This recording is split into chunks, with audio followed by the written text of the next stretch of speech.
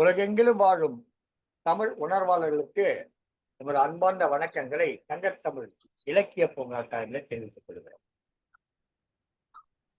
தொடர்ந்து நாம் நடத்தி வருகிற கதை கூறு திருக்குறளை கதை கூறு என்கிற நிகழ்ச்சியிலே இன்றைக்கு ஒரு சிலர் வந்து கதை கூற இருக்கிறார். திருக்குறளை அடிப்படையாக வைத்து ஒரு கதை கூற இருக்கிறார். தங்கத்தமிழ் இலக்கிய பூங்காவின் தலைவரை நம்முடைய நெறியாசான் குறளாசான் திருவள்ளுவரை தொழுது தங்கத்தமிழ் இலக்கிய பூங்காவின் செயலாளர் பாவேந்தர் பாரதிதாசனை வணங்கி இங்கே அவையிலே வீட்டிற்குரிய அத்தனை தமிழ் உறவுகளையும் வணங்குகிறோம். இந்த நிகழ்ச்சியை தங்கத்தமிழ் தொலைக்காட்சி வழியாகவும் தமிழருவி வானொலி வழியாகவும் ஒளிபரப்புகிறார்கள். ஒளிபரப்புகிறார்கள். அந்த வகையிலே தங்கத்தமிழ் தொலைக்காட்சியுடைய மேலாண்மை இயக்குநராக இருக்கக்கூடிய திருக்குறள் தொண்டர் திருமதி சிவகாமி சண்முக சுந்தரம் அவர்களுக்கும் தமிழருவி வானொலியுடைய இயக்குநர்கள் தமிழ்வேல் நயனை விஜயன், தமிழ்ச்சுடர் சசிகலா நயனை விஜயன் ஆகியோர்களுக்கும் ஒரு அன்பார்ந்த வணக்கங்களை தெரிவித்துக் கொண்டு இந்த நிகழ்ச்சியை வலையொலி வழியாகவும் வானொலி வழியாகவும் பார்த்துக் கொண்டும் கேட்டுக்கொண்டும் இருக்கக்கூடிய அனைத்து தமிழ் உணர்வுகளுக்கும் நமது அன்பு வணக்கங்களை தெரிவித்து இன்றைய நிகழ்ச்சியிலே ஒரு அருமையான ஒரு ஒருங்கிணைப்பை வழங்குவதற்காக நம்மோடு இணைந்திருக்கிறார் திருச்சி மாவட்டம் மண்ணச்சநல்லூரை சேர்ந்த கவிநிலவு எழிலரசி அவர்கள். இன்றைக்கு நிகழ்ச்சிகளே உங்களை எல்லாம் ஒருங்கிணைத்து நீங்கள் கூறக்கூடிய கதைகளை எல்லாம் கேட்டு அவற்றுக்கு நல்லதொரு பின்னூட்டமும் அளிக்க இங்கே இசையளித்து வந்திருக்கிறார். இந்த நிகழ்ச்சியில் பங்கேற்றிருக்கக்கூடிய அத்தனை அன்புள்ளங்களையும் வணக்கம் கூறி நிகழ்ச்சிக்குள் செல்கிறோம். வாருங்கள் திருமதி எழிலரசி அவர்களே, உங்களுடைய வரவேற்புரை வழங்கி நிகழ்ச்சியை ஒருங்கிணைத்து செல்ல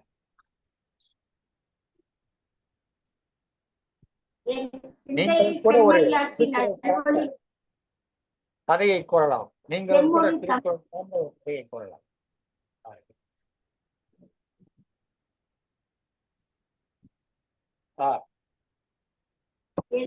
என் சிந்தையை செம்மையாக்கி நல்வழி நடத்தி வரும் செம்மொழி தமிழ் அன்னைக்கும் இணைகின்ற பெற்றோருக்கும் முதல் வணக்கம். சங்கமிழ் பூங்காவின் தலைவர் திருவள்ளுவரையும் செயலாளர் பாவேந்தர் பாரதிதாசன் அவர்களையும் தொழுது சங்கத்தமிழ் இலக்கிய பூங்காவின் ஒருங்கிணைப்பாளர் தமிழ் பணி செம்மல் பாரதி சுடர் அன்பிற்கும் பண்பிற்கும் உரிய எங்களை எல்லாம் நல்வழி நடத்தி வரும் நீலகண்ட தமிழன் ஐயா அவர்களுக்கும் என்னுடைய முதல் வணக்கம். அடுத்தது கதை கூறு திருக்குறளை கதை கூறு என்ற இந்த சிறப்பான நிகழ்வில் திருக்குறளை கதை கூற வந்திருக்கும் அனைத்து ஆளுமைகளுக்கும் கதை சொல்லிகளுக்கும் அனைவரையும் இந்நிகழ்ச்சிக்கு வருக வருக என்று வரவேற்று மகிழ்கின்றேன். இந்த நிகழ்வை தொகுத்து அளிக்கும் ஜெர்மனி வானொலிய இயக்குனர் நைனை விஜயன் ஐயா அவருக்கும் சங்கத்தமிழ் தொலைக்காட்சி வேளாண் இயக்குனர் திருக்குறள் தொண்டர் சிவகாமி சண்முக சுந்தரம் அம்மா அவர்களுக்கும் நூல் வயல் பதிப்பகம் மற்றும் அவ்வை உலக தமிழ் சாதனை சங்கமம் அவர்களுக்கும் என்னுடைய வரவேற்பையும் நன்றிகளையும் நவின்று இன்றைய நிகழ்விற்குள் செல்கிறோம். முதலாவதாக இன்றைய கதை கூறுதல் நிகழ்ச்சிக்கு கதை கூற இருப்பவர் எழிலரசி சரவணன்.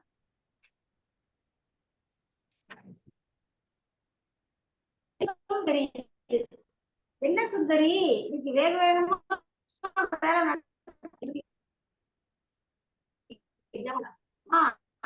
பள்ளிக்கு என்ன வரதுக்காக அதுக்குதாம்மா சீக்கிரமா பாத்திரம் எல்லாம் விளக்கிட்டேன், துணி மட்டும் நாளைக்கு வந்து துவைச்சு தந்துறேம்மா என்று சொல்லிக்கொண்டு கிளம்பினாள் சுந்தரி. சரி சரி போயிட்டு வா என்று அனுப்பினாள் கோகிலா. சுந்தரி ஓட்டம் நடையுமாய் தண்டி தயார் பள்ளிக்கு புறப்பட்டார். பள்ளியில் கார்கள் கூப்பிட்டது. சுந்தரியின் மகள் பசுவை கண்டவுடன் அவருடைய கன்று எப்படி துள்ளி ஓட தன்னுடைய தாயை நோக்கி ஓடி வந்தார். ஏமா இவ்வளவு தாரம், வேகமா வாமா, எல்லாரும் ஒன்னதான் கேட்டுட்டே இருக்காங்க என்றார். சற்று கூச்சத்துடனும் பயத்துடனும் கூடவே சென்றாள் சுந்தரி. தமிழ்ச்செல்வியின் வகுப்பு ஆசிரியரும் அப்பள்ளியின் தலைமை ஆசிரியர் வாங்கம்மா வாங்க வாங்க என்று கூறி அழைத்து சென்றார்கள்.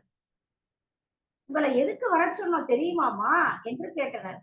தெரியாதுங்க ஐயா, என் மகள் வர சொன்னா அதான் வந்தேன் என்றாள் சுந்தரி. உங்கள் மகள் தமிழ்ச்செல்வி எங்கள் பள்ளியில் மட்டுமல்ல, மாநிலத்திலேயே 12ஆம் வகுப்பு தேர்வில் முதல் மதிப்பெண்கள் பெற்றுள்ளார். 600 மதிப்பெண்களுக்கு 598 பெற்று முதல் மாதிரியாக தேர்ச்சி பெற்றுள்ளார். அதுவும் நம்முடைய தாய்மொழி தமிழில் 100 மதிப்பெண்கள் பெற்று சாதனை புரிந்துள்ளார். அது உங்களை பாராட்டதான் வர சொன்னோம் என்று தலைமை ஆசிரியர் கூறிக்கொண்டே சுந்தரியை அழைத்து சென்றார். உள்ளே பெரிய பெரிய அதிகாரிகள் எல்லாம் இருந்தனர். அப்பொழுது மாவட்ட ஆட்சித்தலைவர் கோகிலாவை அழைத்தார். இங்கே வாங்கம்மா, உங்கள் மகள் தமிழ்ச்செல்வியை நினைத்து நான் மிகவும் பெருமைப்படுகிறேன். இதற்கு காரணம் உங்களுடைய கடின உழைப்பு, தன்னம்பிக்கை, தூண்டுகோல், உங்கள் மகளை படிக்க வைக்கும் என்ற உங்களுடைய ஆர்வம் மற்றும் இப்பள்ளியுடைய ஆசிரியர்களின் முழு ஒத்துழைப்பு, தமிழ்ச்செல்வியின் கடினமான பயிற்சியும் முயற்சியும் தான் அப்படின்னு சொல்லிக்கொண்டே போனார். கோகிலாவிற்கு பொன்னாடை அணிவித்து பாராட்டினார். அவளுக்கு சற்று கூச்சமாகவும் மகளை நினைத்து பெருமையாகவும் இருந்தது. கண்களில் ஆனந்த கண்ணீர் பெருக்கெடுத்து ஓடியது. மாவட்ட ஆட்சித்தலைவர் தமிழ்ச்செல்வியின் படிப்பு செலவிற்கு உரிய அனைத்தும் அரசே ஏற்றுக்கொள்ளும், நீங்கள் கவலைப்படாதீங்கம்மா என்று கூறி தமிழ்ச்செல்விக்கு சான்றிதழ்களை, பதக்கம் மற்றும் கேடயம் அளித்து பாராட்டினார். படிப்பு அறிவற்ற கோகிலா கணவனையும் இழந்து வீட்டு வேலைகள் செய்து மிக கஷ்டப்பட்டு தன் மகனை படிக்க வைத்ததின் பலனை இன்று கண்குளிர கண்டு பேரானந்தம் அடைந்தார். மகளை இறுக அணைத்துக் கொண்டார். தமிழ்ச்செல்வியும் தாயின் அன்பில் மகிழ்ந்தார். பத்திரிகை நிருபர்கள் போட்டோ எடுத்தனர். அனைவரும் பாராட்டினர். கோகிலாவிற்கு இத்தனை வருடங்களாக வாழ்க்கையில் தனியே நின்று போராடிய துன்பம் எல்லாம் பகலவன் கண்ட பணி போல மறைந்து பேரானந்த முகத்தில் தொற்றிக் கொண்டது. பெரிதிலும் பெரிதாய் சாதனை செய்த தன் மகளை அன்போடு ஆனந்தத்துடன் அரவணைத்துக் கொண்டாள் கோகிலா. தானே சாதித்தது போல மிக்க பெருமிதம் அடைந்தார். ஈன்ற பொழுதில் பெரிதுவக்கும் தன் மகளை சான்றோன் என கேட்ட தாய் என்று ஐயன் திருவள்ளுவர் செப்பிய இத்திருக்குறளுக்கு மிக பொதுவாக அவர் மகன் என்று சொன்னார். இங்கே மகளாக பாவித்து நான் சிறுகதையை முதலாக எழுதியுள்ளேன்.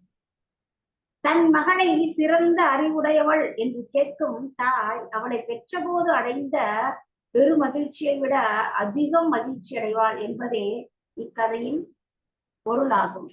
நன்றி ஐயா. மிகவும் சிறப்பான ஒரு கதையை கூறினீர்கள். உங்கள்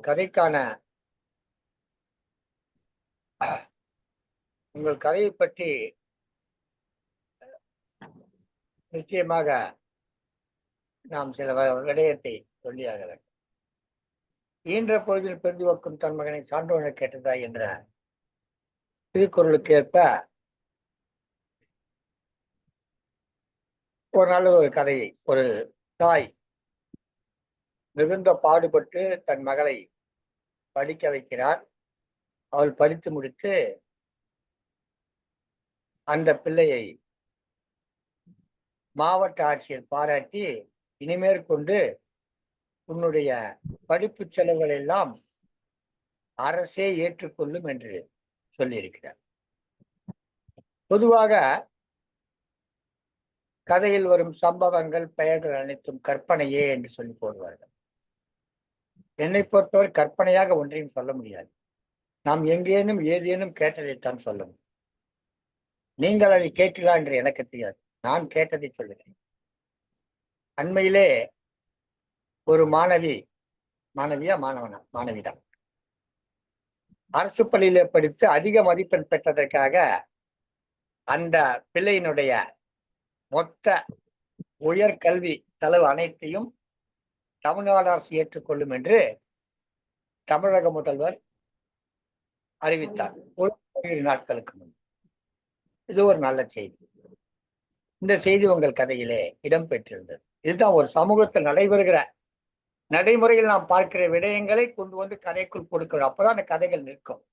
அதை வேறொரு வடிவத்துக்குள் கொடுத்தால் நேரடியாக அதையே சொன்னா அது செய்தி, அதை கதையாக்க வேண்டும். அதை நன்றாக செய்து. இன்னொரு செய்தி, அண்மையில் ஒரு காணொளி பார்த்தேன். ஒரு அம்மையார் வீட்டு வேலை செய்து தன் பிள்ளையை படிக்க வைக்கிறார். அவருடைய நோக்கம் லட்சியம் எல்லாம் ஒன்றே ஒன்றுதான். எப்படியாவது எப்பாடுபட்டேனும் தனக்கு எவ்வளவு துன்பம் நேர்ந்தாலும் சரி, பாடுபட்டு அந்த பிள்ளையை படிக்க வைத்து ஒரு விமான ஓட்டியாக ஆக்கிவிட வேண்டும் என்பது அந்த அம்மையாருடைய நோக்கம். இந்த அம்மையார் இதற்காக தன்னுடைய சொந்த நாட்டிலே பணி இல்லாமல் வேறொரு நாட்டிலே சென்று கடுமையாக உழைத்து அந்த பிள்ளையை படிக்க வைக்கிறார். ஒரு கட்டத்துக்கு பிறகு அவருக்கு ஓய்வு கொடுத்து அனுப்புகிறார்கள், அவருடைய நாட்டுக்கு அனுப்புகிறார்கள். அப்போது அவர் அந்த ஒரு விமானத்திலே ஏறி வர வேண்டும். விமானத்திலே ஏறுகிறார். அங்கே வரிசையாக நிற்கிறார்கள். அங்கே இருந்த அந்த விமான பணிப்பெண் என்ன செய்கிறாரு, இந்த அம்மாவை மட்டும் கூப்பிட்டு முன்னாடி கூப்பிடுறாங்க. வரிசையை இவங்க பின்னாடி நிற்கிறாங்க. ஒரு 10வது நபராக நிற்கிறார்கள். அவங்கள முன்ன கூப்பிடுறாங்க. எல்லாரும் பாக்குறாங்க. அவங்க கூப்பிடுறாங்க. சரி அனுப்பிச்சிடுறாங்க. அந்த மாதிரி முதல்ல உட்காந்து நிறுத்துறாங்க. நிறுத்தின உடனே ஒரு அறை கதவு இருக்கிறது. அந்த அறை கதவை காட்டி இதுதான், இதற்குள் போங்க, உங்களுடைய இடம் என்று சொல்லுகிறார்கள். உடனே அந்த அம்மை அதுக்கு முன்பு பெரிதாக விமானத்திலாம் பயணம் செய்ததில்லை. எனவே ஏதோ ஒரு அறை சொல்லுகிறார்கள். அந்த கதவை திறந்து பார்த்தால் நமக்கான இடம் இருக்கும் என்று நினைத்து அந்த கதவை திறக்கிறார். அது காக்பிட் என்று சொல்லக்கூடிய விமானி இருக்கக்கூடிய அறை. திறந்த உடனே அங்கே ஒருவர் நின்று கொண்டிருக்கிறார். அவரை பார்த்த உடனே அந்த அம்மாவுக்கு பூரிப்பு தாழ முடியவில்லை. ஓடி சென்று கட்டி அணைத்துக் கொள்ள அவர் முகத்துல மாறுபடெல்லாம் முத்தமிடுறாங்க. என்ன காரணம் கேட்டீங்கன்னா, எந்த பிள்ளை விமானியாக நினைத்தோமோ அந்த பிள்ளை அந்த விமானத்தை ஓட்டி கொண்டிருக்கிறான். அந்த விமானத்தில் தான் அவர்களுக்கு பயணச்சீட்டு வழங்கப்பட்டிருக்கிறது. அந்த விமானத்தில் ஏறிய உடனே இவர்கள் செல்ல வேண்டிய இடத்தை காட்டாமல் அந்த விமானிகள் இருக்கக்கூடிய அறையினுடைய கதவை காட்டுகிறார்கள். அவரும் அது புரியாமல் திறந்து பார்த்தார். உள்ளே தன் மகன். அந்த சூழலை நினைத்து பாருங்கள். இந்த திருக்குறள் எந்த அளவுக்கு அந்த இடத்துக்கு பொருத்தமா இருக்கு பாருங்க. சான்றோன் என கேட்டதால் ஈன்ற பொழுது துவக்கும் பெரிதுவக்கும் என்கிற சொல்லுக்கு, அந்த வள்ளுவருடைய அந்த சொல்லுக்கான உண்மையான பொருளை அந்த காட்சியில் பார்த்தேன், அந்த காணொலியில் பார்த்தேன். அந்த அம்மா முத்தமிட்டுக்கிட்டே இருக்காங்க. அந்த பையன் அதை கட்டி பிடிச்சிட்டு ரொம்ப அப்படியே அவன் நெகிழ்ந்து போறான் அந்த பையன். இந்த ஒரு காட்சியை பார்த்தேன். இந்த 2 காட்சிகளையும் அம்மையாருடைய கதைக்கு அதுக்கு சம்பந்தம் இல்லை, தொடர்பு இல்லை, இவங்க அதை பார்த்துருக்க வாய்ப்பு இல்லை. ஆனாலும் இந்த கதை மூலமாக அந்த காட்சி எனக்கு தெரிந்தது. இந்த பெருதுவக்கும் என்பதற்கான ஒரு சரியான பொருளை மிகச் சிறப்பாக இந்த கதையிலே கொண்டு வந்திருந்தார். மாவட்ட ஆட்சியர் அழைத்து பாராட்டி மேற்படிப்புக்கு நான் பொறுப்பெடுத்துக் கொள்கிறேன் என்று சொல்லுகிற அந்த காட்சி, அந்த நாட்டிலே அந்த பிள்ளை பைலட் ஆக்குகிற வரை அந்த தாய்தான் உழைத்தாள். ஆனால் இந்த நாட்டிலே, தமிழ்நாட்டிலே ஒரு பிள்ளை முதல் மதிப்பெண் எடுத்தால் போதும், நீங்கள் படிக்க வைத்தது, நீங்கள் பட்ட பாடு போதும், இனி அரசு பார்த்துக் கொள்ளும் என்று சொல்லக்கூடிய பக்குவம், கல்வியிலே நாம் வைத்திருக்கக்கூடிய அக்கறை, அரசுக்கு இருக்கக்கூடிய அக்கறையை மிகச்சிறப்பாக வெளிப்படுத்தினீர்கள். அதனால்தான் 1919 எடுத்த ஜிஆரிலே தமிழ்நாடு 56.4%, இந்தியா மொத்த இந்தியாவும் சேர்த்து 23.4% எட்டியிருந்தது. அவர்கள் 23.4% இந்தியா போது எட்டியிருந்த போது தமிழ்நாடு 56.4% எட்டியிருந்தது. இவ்வளவு நீண்ட விளக்கம் இதற்கு ஏன் கொடுக்கிறேன் என்று சொன்னால், இந்த கதைக்கு இவ்வளவு விளக்கம் தேவைப்படும் என்பதால் கொடுக்கிறேன். நேரத்தை எடுத்துக்கொண்டதற்கு பொறுத்தல் என்று கூறி, இந்த நிகழ்ச்சியிலே பங்கேற்று கதைக்குறி சிறப்பிக்க வருகை புரிந்திருக்கக்கூடிய கவிச்சம்மல் சுந்தர் சுவாமிநாதன் திருநெல்வேலி, புத்துலக கவி சு பவானி தனஞ்சயன், திருவள்ளூர் கவிச்சம்மல் வே தாரகை, கவிநிலவு ப ஆயிஷா சித்தி, பழனி புத்துலக கவி பூசி இந்திராணி ஆவடி, கவிமாமணி அரங்கநாயகி கண் தர்மபுரி, கவிஞர் கோவி அழகிரி சாந்தி, புத்துலக கவி டி ஜெயலட்சுமி, முனைவர் பே தமிழ்ச்செல்வி, கவிச்சம்மல் இரா ஜோதி ஆகிய அனைவரையும் வருக வருக என்று வரவேற்று நிகழ்ச்சிக்குள் தொடர்ந்து சென்று கொண்டிருக்கிறோம். இப்பொழுது ஒவ்வொரு முறையாக திருமதி சு எழிலரசி அவர்கள் அழைப்பார்கள். பாருங்கள் கவிநிலவ உங்களுடைய ஒருங்கிணைப்பு தோழர்கள். நன்றிகள் ஐயா. திருக்குறள் முதல் குறளில் அச்சிடப்பட்ட ஆண்டு 1812 என்று அறிவோம். இதனுடைய முதலில் அச்சிட்டவர் தஞ்சை ஞானப்பிரகாசம் ஐயா என்பவர் என்ற ஒரு சிறு செய்தியுடன் கவிச்செம்மல் சுந்தர் சுவாமிநாதன் ஐயா அவர்களை தங்களுடைய திருக்குறளுக்கு கதை கூறுமாறு அன்போடு அழைக்கின்றேன். வாருங்கள் ஐயா, தங்கள் கதைகளை கேட்க ஆவலாக இருக்கிறோம். கதை கூறுங்கள் ஐயா. வணக்கம் அம்மா. வணக்கம் ஐயா. தன்னுடைய திருக்குறளுக்கு அல்ல, திருவள்ளுவரின் திருக்குறளுக்கு தன்னுடைய கதையை கூறுவார்.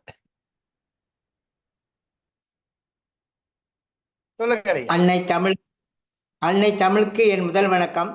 வாழ்வில் நெருக்கி வழிகாட்டிய ஐயன் வள்ளுவனை வணங்கி சங்கத்தமிழ் இலக்கிய பூங்கா ஒருங்கிணைப்பாளர் தமிழ் சுடர் நீலகண்ட தமிழ் ஐயாவுக்கு வணக்கம்.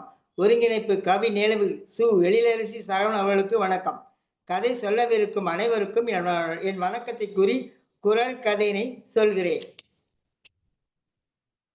கதை. ஏண்டா லேட்டு? வகுப்பறை வாசலில் நின்றிருந்த மாணவன் தாமுவை கேட்டார் டீச்சர் அண்ணம்மாள். எனக்கு உடம்பு முடியல டீச்சர், காய்ச்சல். தினமும் லேட்டா தான் வர, தினம் ஒரு கதை சொல்ற, அதை நான் கேட்கணுமா? கோபத்துடன் அண்ணம்மாள் டீச்சர். உன் இடத்துல மதியம் வரை நின்றுட்டு பாடங்கவனி போ என்றார் எரிச்சலுடன். தலையாட்டிபடி தாமு தன் இடத்துல போய் நின்றான். டீச்சர் ராமுவிடம், நேற்றுக்கு நீங்க 2 பேரும் இருட்டுற வரையும் தெருவில் விளையாட்டுக்கிட்டே இருந்தீங்க. காலையில உடம்பு சரியில்லை, வீட்டு பாடம் எழுதலேன்னு சொல்றீங்களே, போய் தானே சொல்றான் தாமு. தலை குனிந்தபடி மௌனமாக நின்றான் ராமு. மாலையில் பள்ளியில் விட்ட பிறகு தாமு ராமு ஒன்றாக வீட்டுக்கு சென்று கொண்டிருந்தார்கள். சட்டென்ற தாமு குரல் கம்மியபடி, ஏண்டா ராமு, நேத்திக்கு கடைக்கு போறச்ச பைக்காரன் இடிச்சுட்டதுனால கீழே விழுந்து கிடந்த நீ தானே பார்த்த. அத உங்ககிட்ட டீச்சர் காலையில டீச்சர் கேட்கறச்ச நீ சொல்லாம இருந்துட்டிய, எதுக்குடா? டேய், டீச்சர் உங்க அம்மா மேல கோபத்துல இருக்காங்க.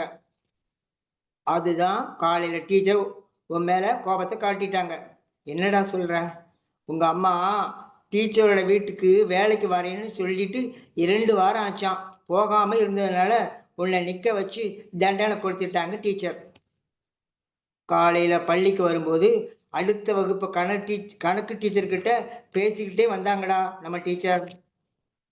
இப்படி கோபமா இருக்கிற டீச்சர் கிட்ட உண்மையை சொல்லி எந்த பயனும் இருக்காதுன்னு அதனால ஒண்ணும் சொல்லாம இருந்துட்டேன்டா, மன்னிச்சுக்கூடா தாமு.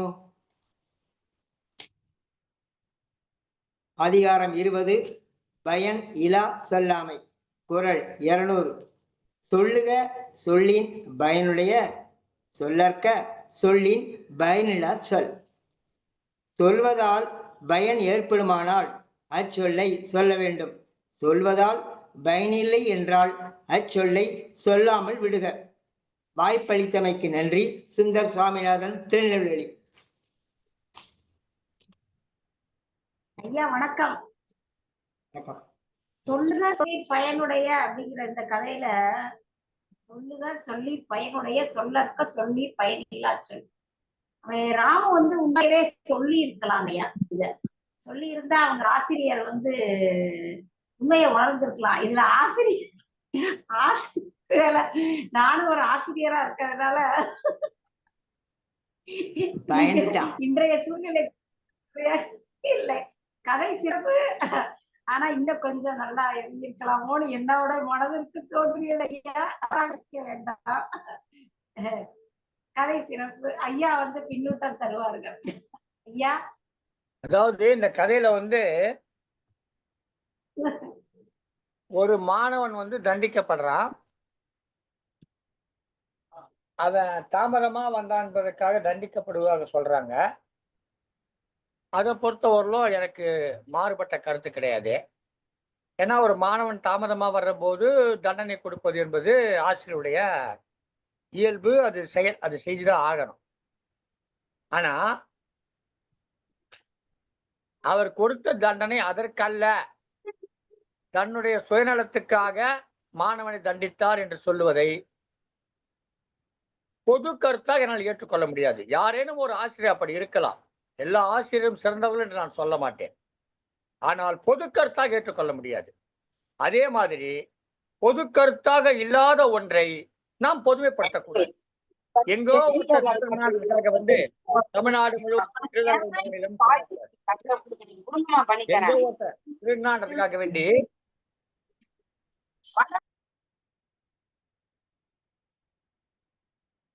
யாரோ ஒருவர் ஒரு பிழை செய்தார் என்பதற்காக ஒட்டுமொத்தமாக ஒரு சமூகத்தின் மீது நாம் அந்த கருத்தை வலியுறுத்தக்கூடாது, ஏற்றக்கூடாது. அது பிழையான ஒரு செய்தி. அது வந்து ஒரு தவறான விளைவை ஏற்படுத்திவிடும். எனவே யாரேனும் ஒருவர் செய்தால் இன்னும் கொஞ்சம் அழுத்தம் திருத்தமாக அவரை பற்றி நீங்க தனியாக எடுத்துக்கொள்ள வேண்டும், எடுத்துக்கொண்டு சொல்ல வேண்டும். ஒருவேளை அப்படிப்பட்ட ஒரு ஆசிரியர் இருக்கலாம், நீங்கள் பார்த்திருக்கலாம், உங்களுடைய அனுபவத்தில் இருக்கலாம்.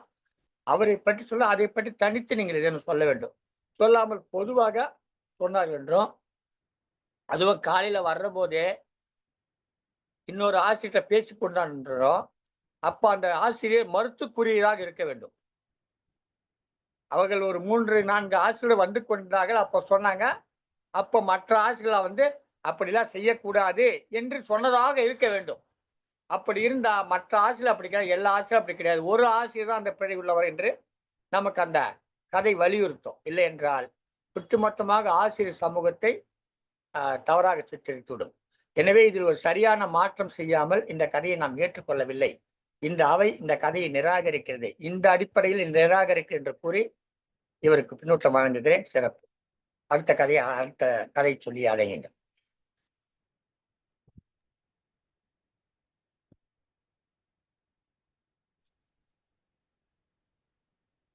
திருக்குறளில் இடம்பெறாத ஒரே எண் 9.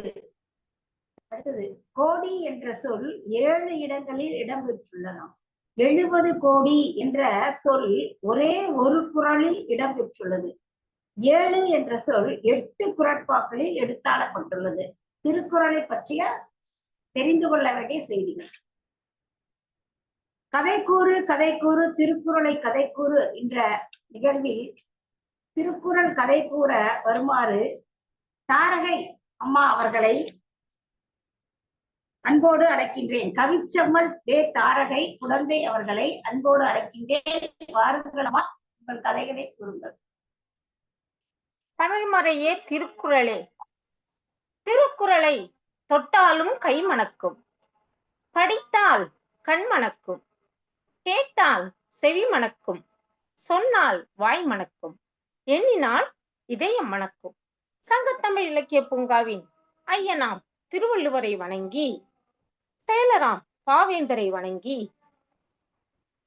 சங்கத்தமிழ் இலக்கிய பூங்காவின் ஒருங்கிணைப்பாளர் பார்திச்சுடர் நீலகண்ட தமிழன் ஐயா அவர்களை வணங்கி, தற்பொழுது எழிலாக திருக்குறள் கதைக்கூறு கதைக்கூறு நிகழ்வை நிகழ்த்தி கொண்டிருக்கும் ஒருங்கிணைப்பாளர் எழிலரசி அம்மா அவர்களை வணங்கி, சக கவி மற்றும் கதை சொல்லி உறவுகளை வணங்கி, எனது நீட்டி அளப்பதோர் கோல் என்ற கதையை உரித்தாக்கி மகிழ்கின்றேன். அவரை விடுங்க, அவரை விடுங்க என்று ஒரே சத்தம். காலனிவாசிகள் வாசலில் முளைத்தனர். சிவா ஆசிரியர் வீட்டில் ஒரே கூட்டம், தள்ளு முள்ளு. வாகனத்தில் காவலர்கள் குவிந்திருந்தனர். சிவா மனைவி மற்றும் பிள்ளைகள் கதற கதற சிவாவை வாகனத்தில் ஏற்றிக் கொண்டிருந்தனர். ஏன் அவரை வண்டியில ஏத்துறீங்க? அவர் என்ன தப்பு பண்ணுறாரு? அவரை விடுங்க விடுங்க என்று ஆளுக்கு ஆள் கூட்டத்தில் கத்தினர்.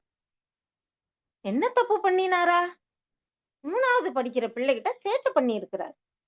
அப்ப சும்மாவா விடுவாங்க என்று காவலரின் குரல் ஓங்கி ஒலித்தது. சிவாவா? நம்ம சிவாவா?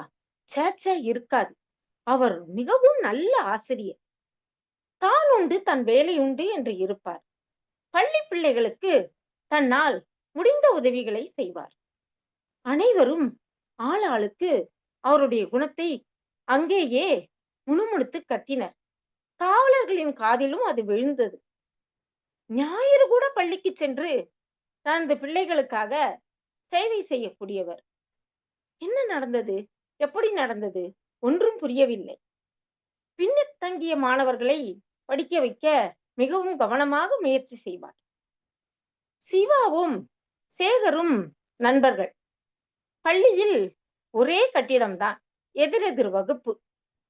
சிவாவை காவலர்கள் வாகனத்தில் காவல் நிலையத்துக்கு கொண்டு சென்றனர். 2 நாள் கழிந்தது. பள்ளி பிள்ளைகளும் தலைமை ஆசிரியரும் சேகரும் சக ஆசிரியர்களும் காவலில் உள்ள சிவா ஆசிரியரை காண சென்றனர். சிவா அனைவரையும் பார்த்து கண் கலங்கினார். சேகர், என்னை பற்றி உனக்கு நன்றாக தெரியும். நான் பிள்ளைகளுடைய நலனே என் நலனாக கருதி வாழக்கூடியவன். அனைத்து பிள்ளைகளையும் என் குழந்தையாக நான் பார்க்கிறேன். நான் அன்று முழுவதும் பாடம் எடுத்துக் கொண்டிருந்தேன் என்று உனக்கு தெரியும். நீ சாட்சி சொல்வாயா என்று கேட்டார். சேகர் அமைதியாக இருந்தார். அங்கு அமைதி அடைகாத்தது. அனைவரும் ஒருவர் முகத்தை ஒருவர் பார்த்து கொண்டனர். சேகரோ மனதுக்குள் காவல் நிலையம், நீதிமன்றம் என்று அலைய வேண்டுமே என்று ஒரு கணம் யோசித்தார்.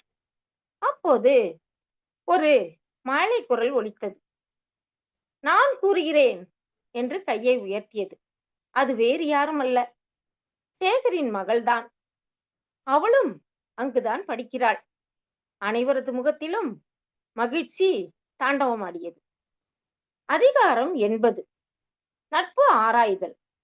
கேட்டினும் உண்டோர் உறுதி கிளைஞரை நீட்டி அளப்பதோர் போல். கேடு வந்த போதும் அதனால் அடையக்கூடிய நன்மை ஒன்று உண்டு. அந்த கேடானது நல்ல நட்பு எது என்பதை ஆராய்ந்து அறிய உதவும். இதையே தான் வள்ளுவர் கேட்டினும் உண்டோர் உறுதி கிளைஞரை நீட்டி அளப்பதோர் போல் என்று சொல்லியிருக்கிறார். சிறு வயதில் முதல் வகுப்பில் நாம் படித்த கரடி இரு நண்பர்கள் கதையும் இதைத்தான் உணர்த்தும். நன்றி. குழந்தை தாரகை. சிறப்பான கதையம்மா, மிகவும் நன்றாக ரசித்தேன். இக்கதையில் எனக்குரிய 2 கருத்துக்களை சொல்ல விரும்புகிறேன். இது இன்றைய காலகட்டத்தில் அனைத்து பள்ளிகளிலுமே உண்மையாகவே தவறு செய்யக்கூடிய ஆசிரியர்களும் இருக்கிறார்கள். தவறே செய்யாமல் தண்டிக்கக்கூடிய மனோபாவம் இன்று இருக்கிறது. இது நடந்த ஒரு சம்பவத்தை உங்கள் முன் பகிர்கிறேன். ராமநாதபுரம் மாவட்டத்தில் தவறே செய்யாத ஒரு இஸ்லாமிய ஆசிரியர் சகோதரரை இதே ஒரு வழக்கு தொடுத்து போனால அவமானத்தில் அவர் தூக்கில் தொங்கி தற்கொலை செய்து கொண்டார். அவருடைய மனைவி மக்களும் இன்று வரை துன்பப்பட்டு கொண்டிருக்கின்றனர். இதுக்கு கல்வித்துறையில் மிகப்பெரிய எதிர்ப்பு கிளம்பியது. ஆசிரியர்கள் போராட்டம் கூட நடத்தினார்கள். ஒன்று. அடுத்தது நட்பு ஆராய்தல். நண்பனாக இருக்கிறவன் நண்பனுக்கு கை தூக்கி விடணும் அப்படிங்கிறத கொண்டு சொல்லியிருக்கீங்க. நட்பு ஆராய்தல்.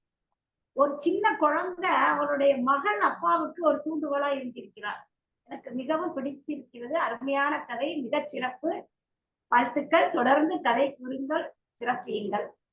ஐயா. நன்றி. நன்றி அம்மா.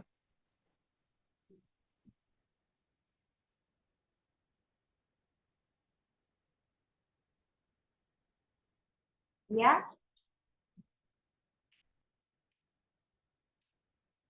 கதையை இன்னும் கொஞ்சம் சுருக்கி கொடுத்தா நல்லா இருக்கும்னு நினைக்கிறேன். கதையில ஒரு ஓட்டம் தடைப்படுற மாதிரி இருக்கு. அதை சரி பண்ணிக்கிட்டா இன்னும் நல்லா இருக்கும். ஒரு 2-3 முறை அந்த கதையை நீங்கள் மீண்டும் மீண்டும் எழுதி பார்த்தால் அந்த கதை மிகச் செம்மையாக அமையும் என்பது எனது கருத்து. சரி ஐயா. சரிங்களா? சரிங்க.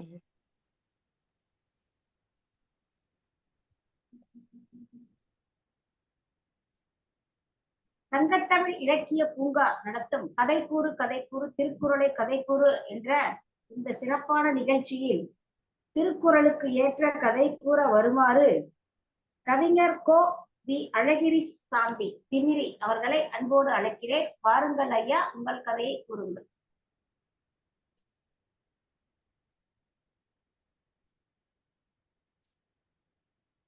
அழகிரி ஐயா.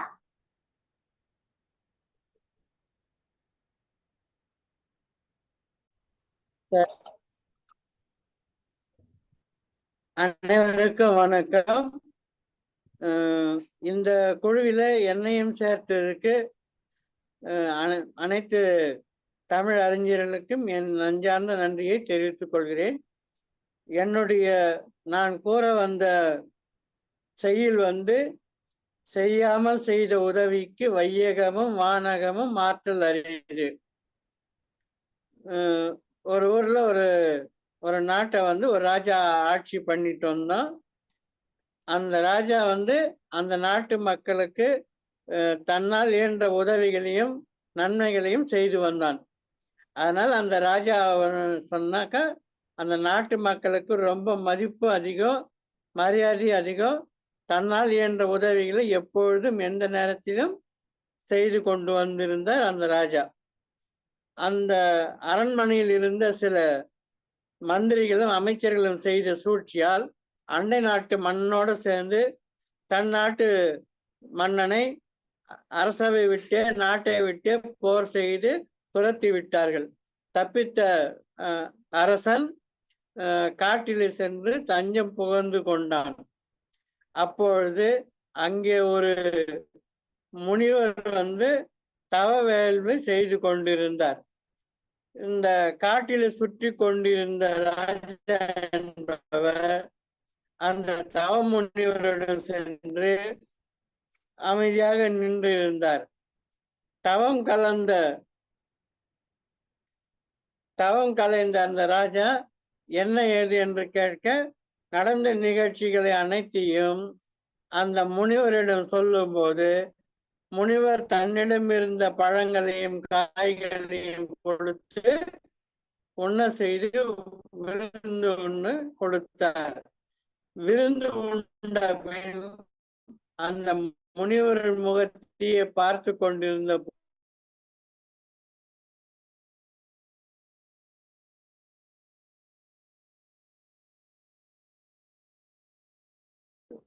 முயற்சி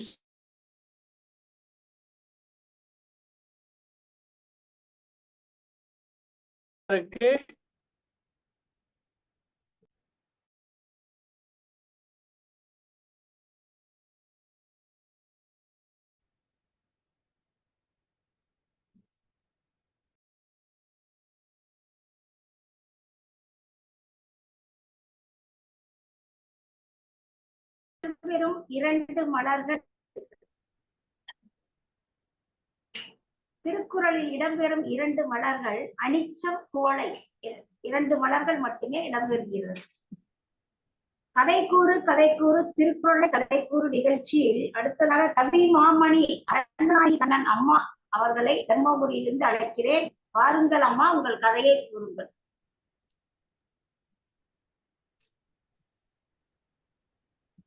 சங்கத்தமிழ் இலக்கிய பூங்காவின் தலைவராம் திருவள்ளுவரை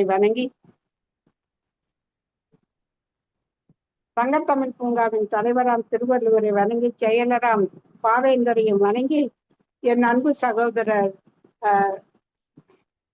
பாரதி சுடர் திரு நீலகண்டன் ஐயாவையும் வணங்கி கவித்தலைமை ஏற்றிருக்கும் எதிர்லரசி அம்மாவையும் வணங்கி இங்கு கதை கூற வந்திருக்கும் அனைவரையும் வணங்கி கதைக்குள் நுழைகிறேன். நான் எடுத்துக்கொண்ட குறள் அன்பிலார் எல்லாம் தமக்குரியர், அன்புடையோர் என்பும் உரியர் பிறர்க்கு என்பதே. கதை. தர்மபுரியில் வேலன் என்றொரு பணக்காரன் வாழ்ந்தான். சரியான பேராசைக்காரன். பணம் இருந்தும் குணமில்லை. பணத்தை தானே தனக்கென வைத்துக் கொள்வான். யாருக்கும் எதையும் கொடுக்க மாட்டான். அனைவரும் வெறுத்து ஒதுக்கினர் அவனை. அதே ஊரில் கண்ணன் என்பவர் வாழ்ந்தார். அவர் குணக்குன்று. இல்லை என்று கேட்போர்க்கு இல்லையெனாது அள்ளி கொடுப்பவர். தனக்கென இருப்பதையும் பிறருக்கு கொடுக்க தயங்க மாட்டார். இப்படியே கொடுத்து கொடுத்து செல்வத்தை எல்லாம் இழந்தார். அப்போதும் யாரும் கேட்டால் தன் உணவையும் கொடுத்து மகிழ்வார். பிறருக்கு ஈவதை கடைசி காலம் வரை நிறுத்தவில்லை அவர். அரியன் ஆண்ட தகடூரில் வாழ்ந்தவர் அல்லவா? மன்னன் எவ்வளியோ மக்கள் அவ்வளி. அரியன் தனக்கு கிடைத்த அபூர்வ நெல்லிக்கனியை தமிழ் வாழ அவைக்கு தீர்ந்தான் அல்லவா? அக்கொடைத்திறனை கண்ணன் பிரதிபலித்தான். கண்ணன் இறந்த போது தன் உடல் கண் அனைத்தையும் தானமாக கொடுத்தான். அதை கரெக்டாக சேர்த்து விடுங்கள் மற்றவருக்கு என்று சொல்லி இருந்தார். செத்தும் கொடை கொடுத்தான் சீதக்காதி என்பது போல இரண்டும் உடல் தானம் கண் தானம் செய்தார். அவர் இறந்தும் போது அதை பேரிழப்பாய் கருதி ஊரே கதறி எழுந்தது. இதை பார்த்த வேலன் பணம் சேர்த்து எதுவும் பயனில்லை, தேவைப்படுவதற்கு கொடுத்து உதவி மகிழ்வதே பெரிது என்று உணர்ந்து அவனும் கொடுக்க ஆரம்பித்தான். அவனும் இதில் நிலைப்பான். மக்கள் மனதில் என்றும் நிலைப்பான். நன்றி, வணக்கம்.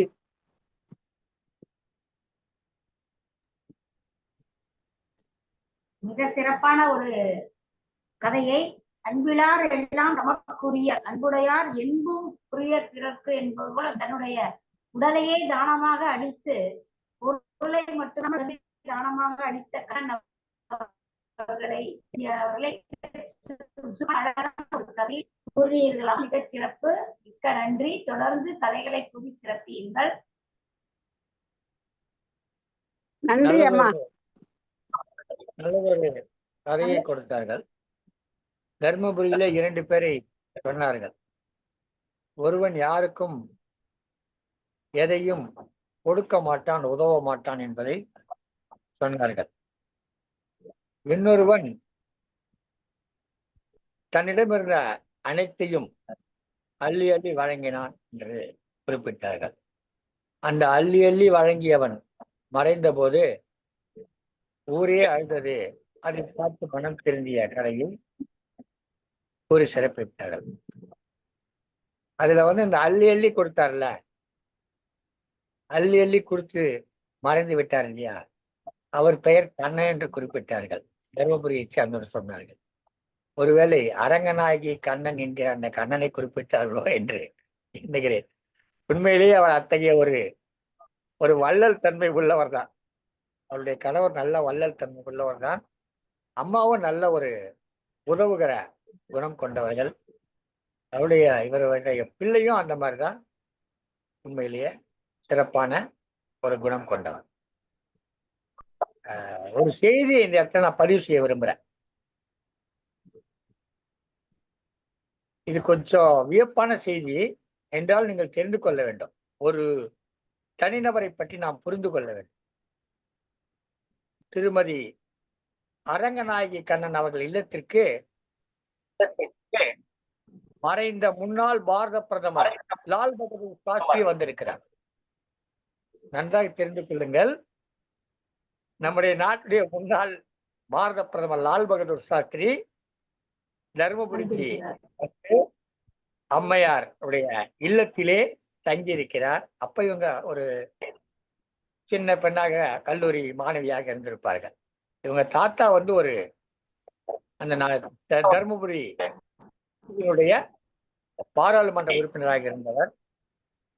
எனவே அவர்கள் வீட்டுக்கு பாரத பிரதமர் தங்கி இருக்கிறார். அவரை தகடூர் தந்தை என்று போற்றுகின்றனர். தகடூர் தந்தை என்று இன்றும் கூறுகின்றனர். தந்தை அவர் பேர்ல ஒரு வங்கி கூட இருக்குது. இவங்க தாத்தாவுக்கு சிலை வச்சிருக்காங்க. இத்தகைய சிறப்புக்குரியவர் அவங்க தாத்தா. அந்த தாத்தாவோட பேத்தி தான் இவங்க.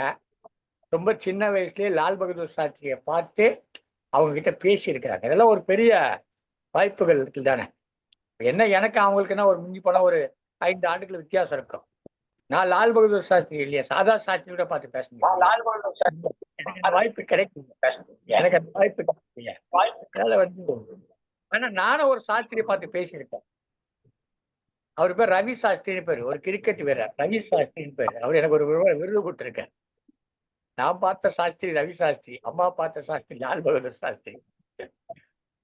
ஆக ஒரு சிறப்புக்குரியவர். நல்ல ஒரு கதை கொடுத்தார்கள், சிறப்பான கதை கொடுத்தார்கள். மகிழ்ச்சி அம்மா. தொடரட்டும் உங்கள் இலக்கிய பயணம். நீங்கள் இல்லாமல் எந்த நிகழ்ச்சியும் நடப்பதில்லை, நீங்கள் செல்லாமல் எந்த விருதும் வழங்கப்படுவதில்லை என்று சொல்லக்கூடிய அளவுக்கு இலக்கிய பணியாற்றி கொண்டிருக்கிறீர்கள். 24 வயதிலே கூட பல 100 கிலோமீட்டர்கள் தாண்டி சென்று நிகழ்ச்சியில பங்கேற்கிற பண்புள்ளவர். வாழ்த்துக்களும். தொடர்ந்து உங்கள் இலக்கிய நன்றி ஐயா.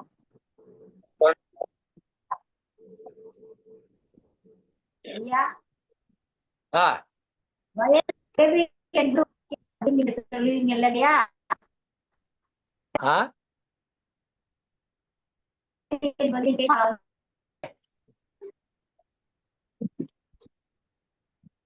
புத்துலக கவி திருமதி ஜோதி முள்ளிக்காடு சகோதரி அவர்களை திருக்குறள் கதை கூற அன்போடு அழைக்கின்றேன். வார்களம்மா, கதையை கூறுங்கள்.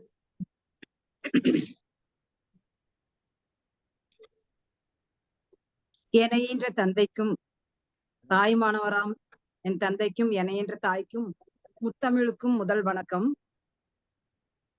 தலைவராம் ஐயன் வள்ளுவரையும் செயலராம் பாரதிதாசன் அவர்களையும் பாரதி சுடர் திரு நீலகண்ட தமிழன் ஐயா அவர்களையும் வணங்கி, ஒருங்கிணைப்பாளர் கவிநிலவு அம்மா அவர்களையும் சக கவி ஆளுமைகளுக்கும் வணக்கம் கூறி, சங்கத்தமிழ் இலக்கிய பூங்கா நடத்தும் கதைக்கூறு கதைக்கூறு திருக்குறளை கதைக்கூறு என்ற நிகழ்வில் கதை கூற வந்துள்ளது கவிஞர் இரா ஜோதி முள்ளிக்காடு, பாப்பிரெட்டிப்பட்டி, தருமபுரி மாவட்டம். அந்த காட்டில் ஒரு அழகிய குருவி குடும்பம் 4 குருவி குஞ்சுகளுடன் வசித்து வந்தது. அப்பா குருவி தன் குழந்தைகளை அழைத்தது. குழந்தைகளே, இங்கே வாங்க. குருவி குஞ்சுகள், அப்பா கூப்பிடுறாரு, அப்பா கூப்பிடுறாரு, வாங்க போகலாம், வாங்க போகலாம். 3 குருவி குஞ்சுகளும் உடனே சென்று அப்பா முன்பு அமர்ந்தது. ஒரு வாயாடி குருவி இருந்தது. அது மட்டும் சொல்லுங்க சொல்லுங்க, இங்கே இருந்தாலும் கேட்கும். அப்பா கூறினார், குழந்தைகளா, நீங்க எல்லாரும் இந்த உலகத்தை புரிஞ்சுக்கணும். இந்த காடு மட்டுமே உலகம் அல்ல. இந்த காட்டையும் தாண்டி பல இடத்துக்கு நீங்க போகணும், பல பேரோட பழகணும். அப்போதான் நிறைய அனுபவம் உங்களுக்கு கிடைக்கும் என்று கூறினார். இதுக்கா இங்க வான்னு கூப்பிடணும்? அங்கிருந்தே சொன்னா போதாதா? சரி சரி, நான் கிளம்புறேன் என்று அந்த வாயாடி குருவி கூறியது. அப்பா கூறினார், பாத்துக்குமா, கவனமா இருங்க. என்னை பாத்துக்க எனக்கு தெரியும், உங்களை நீங்க பாத்துக்குங்க. மற்ற குருவிகள் எல்லாம் அப்பா அம்மாவிடம் ஆசி வாங்கி அன்புடன் விடை பெற்றன. இரு, நம்ம எல்லாரும் சேர்ந்தே போகலாம். மற்ற குருவி குஞ்சுகள் 3 கூற, அந்த ஒரு குருவி மட்டும் தனியே பிரிந்தது. உங்களோட நான் வர மாட்டேன், நான் ஜாலியா சுதந்திரமா இருக்க போறேன், நான் தனியாகவே போக போறேன், என்னோட யாரும் வர வேணாம். சகோதரிகளை விட்டுவிட்டு தனியே பறந்தது வாயாடி குருவி. அந்த காட்டில் ஒரு குருவியை சந்தித்தது. யார் இது? மிக அழகாக இருக்கானே, நீங்க யாருன்னு நான் தெரிஞ்சுக்கலாமா? நான் இந்த காட்டுல வசிக்கிறேன், என் சொந்த காடு இது. அப்படியா?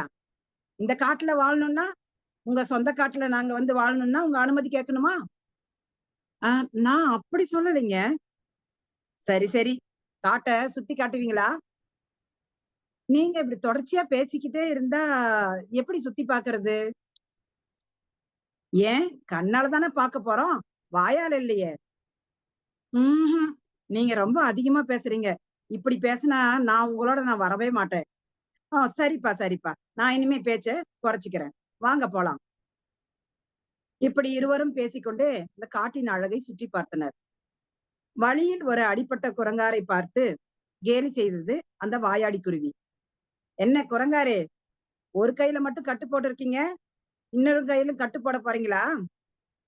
அப்படி போட்டுட்டு தான் இன்னும் நல்லா இருக்கும். இனிமேலாவது மரத்துல ஒழுங்கா ஏற கத்துக்குங்க.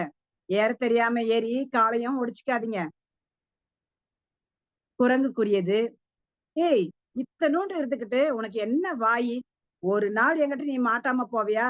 அப்ப பேசிக்கிறேன். ஒழுங்கா போயிடு. போ போ.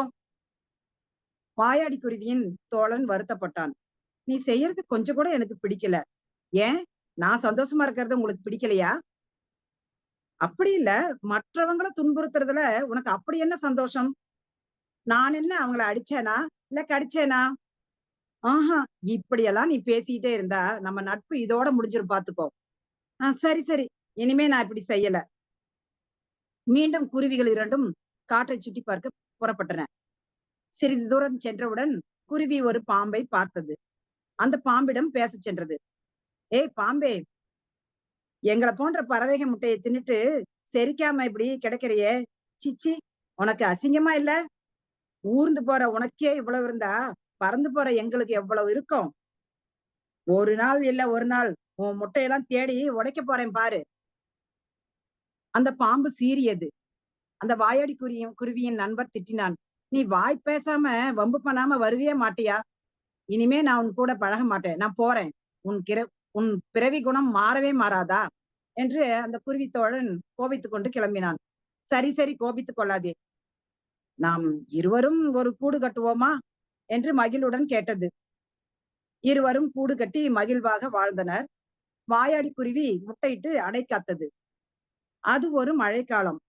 மழையில் நனைந்த கையில் அடிபட்ட அந்த குரங்கு மரத்தடியில் வந்து அமர்ந்தது. வாயாடி குருவி எட்டி பார்த்தது. ஏய் குரங்கு, நீ ஒதுங்க, இந்த மரம்தான் கிடைத்ததா? தூரப்போ, இது எங்களோட மரம் என்று சண்டையிட்டது. ஓ, அன்னைக்கு என்ன கிண்டல் பண்ண குருவி தானே நீ?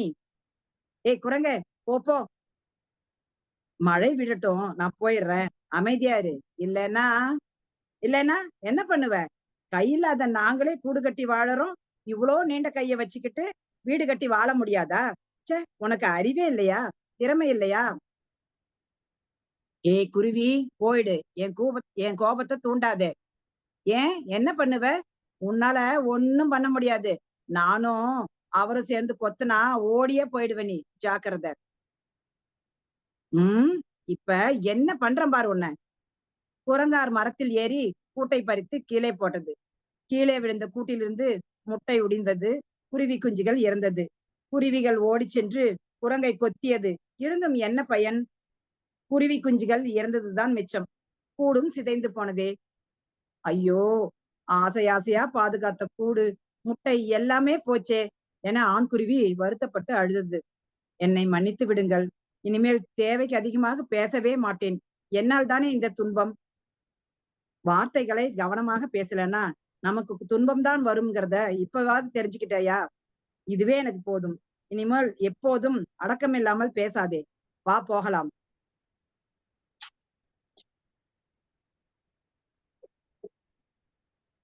குறள் 127, அதிகாரம் 13. அடக்கம் உடைமை.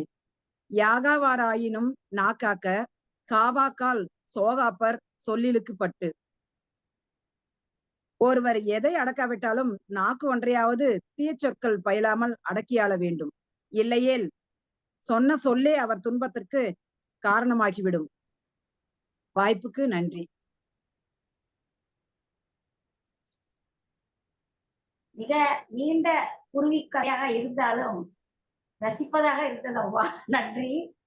யாகாவராயினும் இன்றைய காலகட்டத்தில் அனைத்து பெண்களுக்குமே இது பொருந்தும் என்பது என்னுடைய கருத்து. கதை மிகவும் ரசித்தேன். நன்றி. நன்றி அம்மா. அருமையான ஒரு குருவி கதை. அப்பா அழைத்து அறிவுரை சொல்கிறார். அறிவுரை கேளாத ஒரு குருவி. அதை வாயாடி என்று இந்த கதை சொல்பவரே சொல்லிவிட்டார். இவர் ஒரு பொது கருத்தை கொண்டு வந்திருக்கிறார். பொதுவாக என்று சொல்ல மாட்டேன். அந்த குருவி வாயாடி குருவி. அந்த குருவி ஒருவன் திருமணம் செய்து கொண்டு பாவம் அமைதியாக இருந்திருக்கிறான் என்று இந்த கதையின் மூலம் தெரிந்து கொள்கிறோம். எனவே சொன்னா தப்பா இருக்கும். பெண் குருவிகளில் வாயாடிகள் இருக்கிறார்கள் என்று தெரிந்து கொண்டோம். இந்த கதையின் மூலமாக நான் வேறும் சொல்ல, பெண் குருவிகளில் வாயாடிகள் இருக்கிறார்கள் தெரிந்து கொண்டோம். ஆனால் அது போன்ற நேரத்திலே ஆண்கள் யாகாவராயினும் நாக்காக்க, தேவையில்லாம பேசி மாட்டிக்காதீங்க, நாக்காக்க என்று இது ஆண்களுக்கு சொன்ன அறிவுரை போல இருக்கிறது, பெண்ணுக்கு சொன்ன அறிவுரை போல இல்ல. அந்த ஆம்பளை குருவிக்கு அப்படிதான் பேசுவா, நீ கம்முன்னு அடக்க ஒடுக்கமாயிரு, யாகாவராயின் நாகாக்க தாவாக்கால் தோகாப்பர் சொல்லிருக்கப்ப ரொம்ப கஷ்டப்படுவேன் நீ அப்படின்னு சொல்ற மாதிரி இந்த கதை நல்லா இருந்தது. சிறப்பான கதை. குரங்கு கையில் அடிபட்டிருந்த குரங்கிடம் என்று சேஷ்டை செய்ததும் அந்த குரங்கு தன்னுடைய சேஷ்டை செய்தது மரத்தின் மேலேறி கூட்டை கலைத்து கீழே வீசியது என்ற கதையின் மூலமாக தேவையற்று பேசுபவர்கள், பிறர் மனதை புண்படுத்தக்கூடிய சொற்களை சொல்பவர்கள் நிச்சயமாக அதற்கான பலனை அனுபவிப்பார்கள். கதை மூலம் மிக அழகாக கூறியிருந்தார். கதை பிரிக்கி இருக்கலாம். கதையினுடைய முன்பகுதி அந்த தந்தை சொல்வது போல் இருக்கக்கூடிய செய்திகள் எல்லாம் குறைத்து விட்டு ஒரு குருவி இருந்தது, வாயாடி குருவி என்று கதையை தொடங்கிவிட்டது. அது யார் சொல்லும் பேச்சையும் கேட்காது என்று சொல்லியிருந்தா அந்த அந்த இரண்டாவது பகுதி மட்டுமே கதைக்கு போதுமானது. முதல் பகுதி எந்த வகையிலும் அந்த கதைக்கு உறுதுணையாக இல்லை. அது பெரிய அளவுக்கு அது உறுதுணையாக இல்லை. பின்பகுதி, அந்த பின்பகுதியை மட்டும் எடுத்துக்கொண்டு ஒரு யார் சொல்லும் கேளாத அந்த குருவி வந்து காட்டுல பறந்து போச்சு, அப்ப அந்த ஒரு ஆண் குருவி பறந்து, இப்படி கதையை கொண்டு போனா இன்னும் நல்லா இருந்திருக்கும். கதையை வந்து ரொம்ப நேரம் இழுக்கிற போது அந்த கதையினுடைய சொல்ல வந்த செய்தி போய் சேரணும், அதை கொஞ்சம் குறைச்சிக்கலாம். 2-3 முறை குரங்க சந்திச்சிடலாம். ஒரு முறை குரங்க சந்திச்சால போதும். ஒரு முறை குரங்கு தேடி செஞ்சாலும் அது குரங்கு கூட்ட பிச்சு போட்டுடுச்சு அப்படி சொன்னாலே போதும். ஏன்னா குரங்கு அதுதான் செய்யும். குரங்கினுடைய இயல்பு குரங்கு அது செய்யுது, அது தவறு கிடையாது, அது குரங்கோட இயல்பு. ஆனா குருவி என்ன பண்ணுங்கன்னா அமைதியா இருந்துங்க, அது மீறி பேசுறது அதோட தவறு இல்லைங்களா? நல்ல கதை சொல்லியிருந்தீங்க, சிறப்பானது, வாழ்த்துங்க. கதையை வந்து எனக்கு கொஞ்சம் குறைச்சிக்கணும். அதெல்லாம் குறைச்சிட்டீங்கன்னா ஒரு ஒரு அந்த குருவி வளர்ந்ததுல இருந்து வரக்கூடிய ஒரு காலம் அதை தள்ளிடலாம். அந்த குருவி நேரடியாக ஒரு வாயாடி குருவி அந்த குருவியை பார்த்துச்சு அதை சொல்றது இந்த கதை வந்து நல்ல ஒரு சுவையாக இருக்கும் நான் கருதுகிறேன். மகிழ்ச்சி. சரி, நன்றி. இது குழந்தைகளுக்கு சொல்லக்கூடிய அருமையான கதை. கொஞ்சம் ஐயா சொல்வது போல் சுருக்கி சொல்லியிருந்தால் மிக சிறப்பாக இருக்கும். மிக நல்ல கதை. நன்றிகள் அம்மா, வாழ்த்து.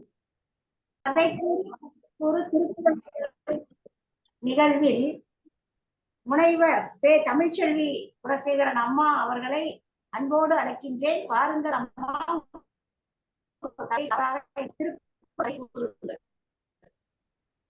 இணையத்தில் இணைந்திருக்கும் அத்தனை தமிழ் உறவுகளுக்கும் தமிழ் வணக்கம். நல்லதொரு நிகழ்வில் இடம்பெறுவதில் அகமகிழ்கிறேன். திருக்குறள் கதை கூறும் நிகழ்வு ஒரு பள்ளி சம்பந்தப்பட்ட வகுப்பறை நிகழ்வு முன்வைத்துதான் நான் திருக்குறள் சம்பந்தப்பட்ட கதையை கூற போறேன். ஒரு வகுப்பறை நிகழ்வு, காலை இடைவேளை முடிந்து மாணவர்கள்லாம் உள்ள வராங்க. வகுப்பறைக்குள்ள வந்ததுமே அந்த வகுப்பறை தலைவன், என்னோட மேத்ஸ் நோட்ல பேஜ் யாரோ கிழிச்சிட்டு இருக்காங்களே, என்னோட கணக்கு ஆசிரியர் வந்தாங்கன்னா இந்த கணக்கு போட்டு வச்சிருந்த பக்கம் நான் எப்படி காமிப்பாங்க கிட்ட வீட்டு வேலை பாடத்தை அப்படின்னு கத்துறான். உடனே அவனோட நான் பார்க்கல, நாங்கெல்லாம் உன்னோட தான்டா இருந்த, யாருக்கு தெரியல. அப்ப ஒரே ஒரு மாணவன் மட்டும், நான் தண்ணி குடிக்கிறதுக்காக உள்ள வரும்போது இந்த வருண் நம்ம தோழனுக்கான இந்த 2வது பெஞ்சில் இருக்குவேன், அவன் தான் உன்னோட பெஞ்சு கிட்ட இருந்தான், அவன் தான் உன்னோட மேஜையில இருந்து ஏதோ எடுத்துன்னு இருந்தான், நான் என்னன்னு கேட்டதுக்கு நோட்டுக்கு வந்துச்சு எடுத்து வச்சேன்னு சொன்னான். சரி நான் வரேன், நீ என்னடா பண்ண, நீ ஏண்டா நேற்று நான் உன்னை ஓட்டு பந்தயத்தில் உன்னை ஜெயிச்சிட்டேன்னு கோபத்துல எதெல்லாம் பண்ணிட்டியாடா கேட்கிறான் அந்த வகுப்பு தலைவன். இல்லடா நான் எதுவுமே செய்யல அப்படின்னு சாதிக்கிறான் அவன். அதுக்குள்ள ஆசிரியர் வராங்க. ஆசிரியர் வந்து அன்னைக்கு உண்டான பாடத்தை, முன்னாள் பாடத்தை முதல்ல அறிவு எடுக்கிறாங்க. எடுக்கும்போது அந்த முதல்வர் கிட்ட இருந்து, பள்ளி தலைமை ஆசிரியர் கிட்ட இருந்து ஒரு அந்த அப்பியோன்னு சொல்லுவாங்க, அவன் வரான். அவங்கள அம்மா கூப்பிடுறாங்கன்னு சொல்லிட்டு எதுக்கு பார்த்தோம், நாளைக்கு நம்ம 10வது 11 12வது முதல் 3 இடம் பிடித்தவர்களுக்கு பரிசு சான்றிதழ் எல்லாம் தருவதற்காக நம்ம ஊர்ல இருக்க அரிமா சங்க தோழர்கள்லாம் வராங்களாம்.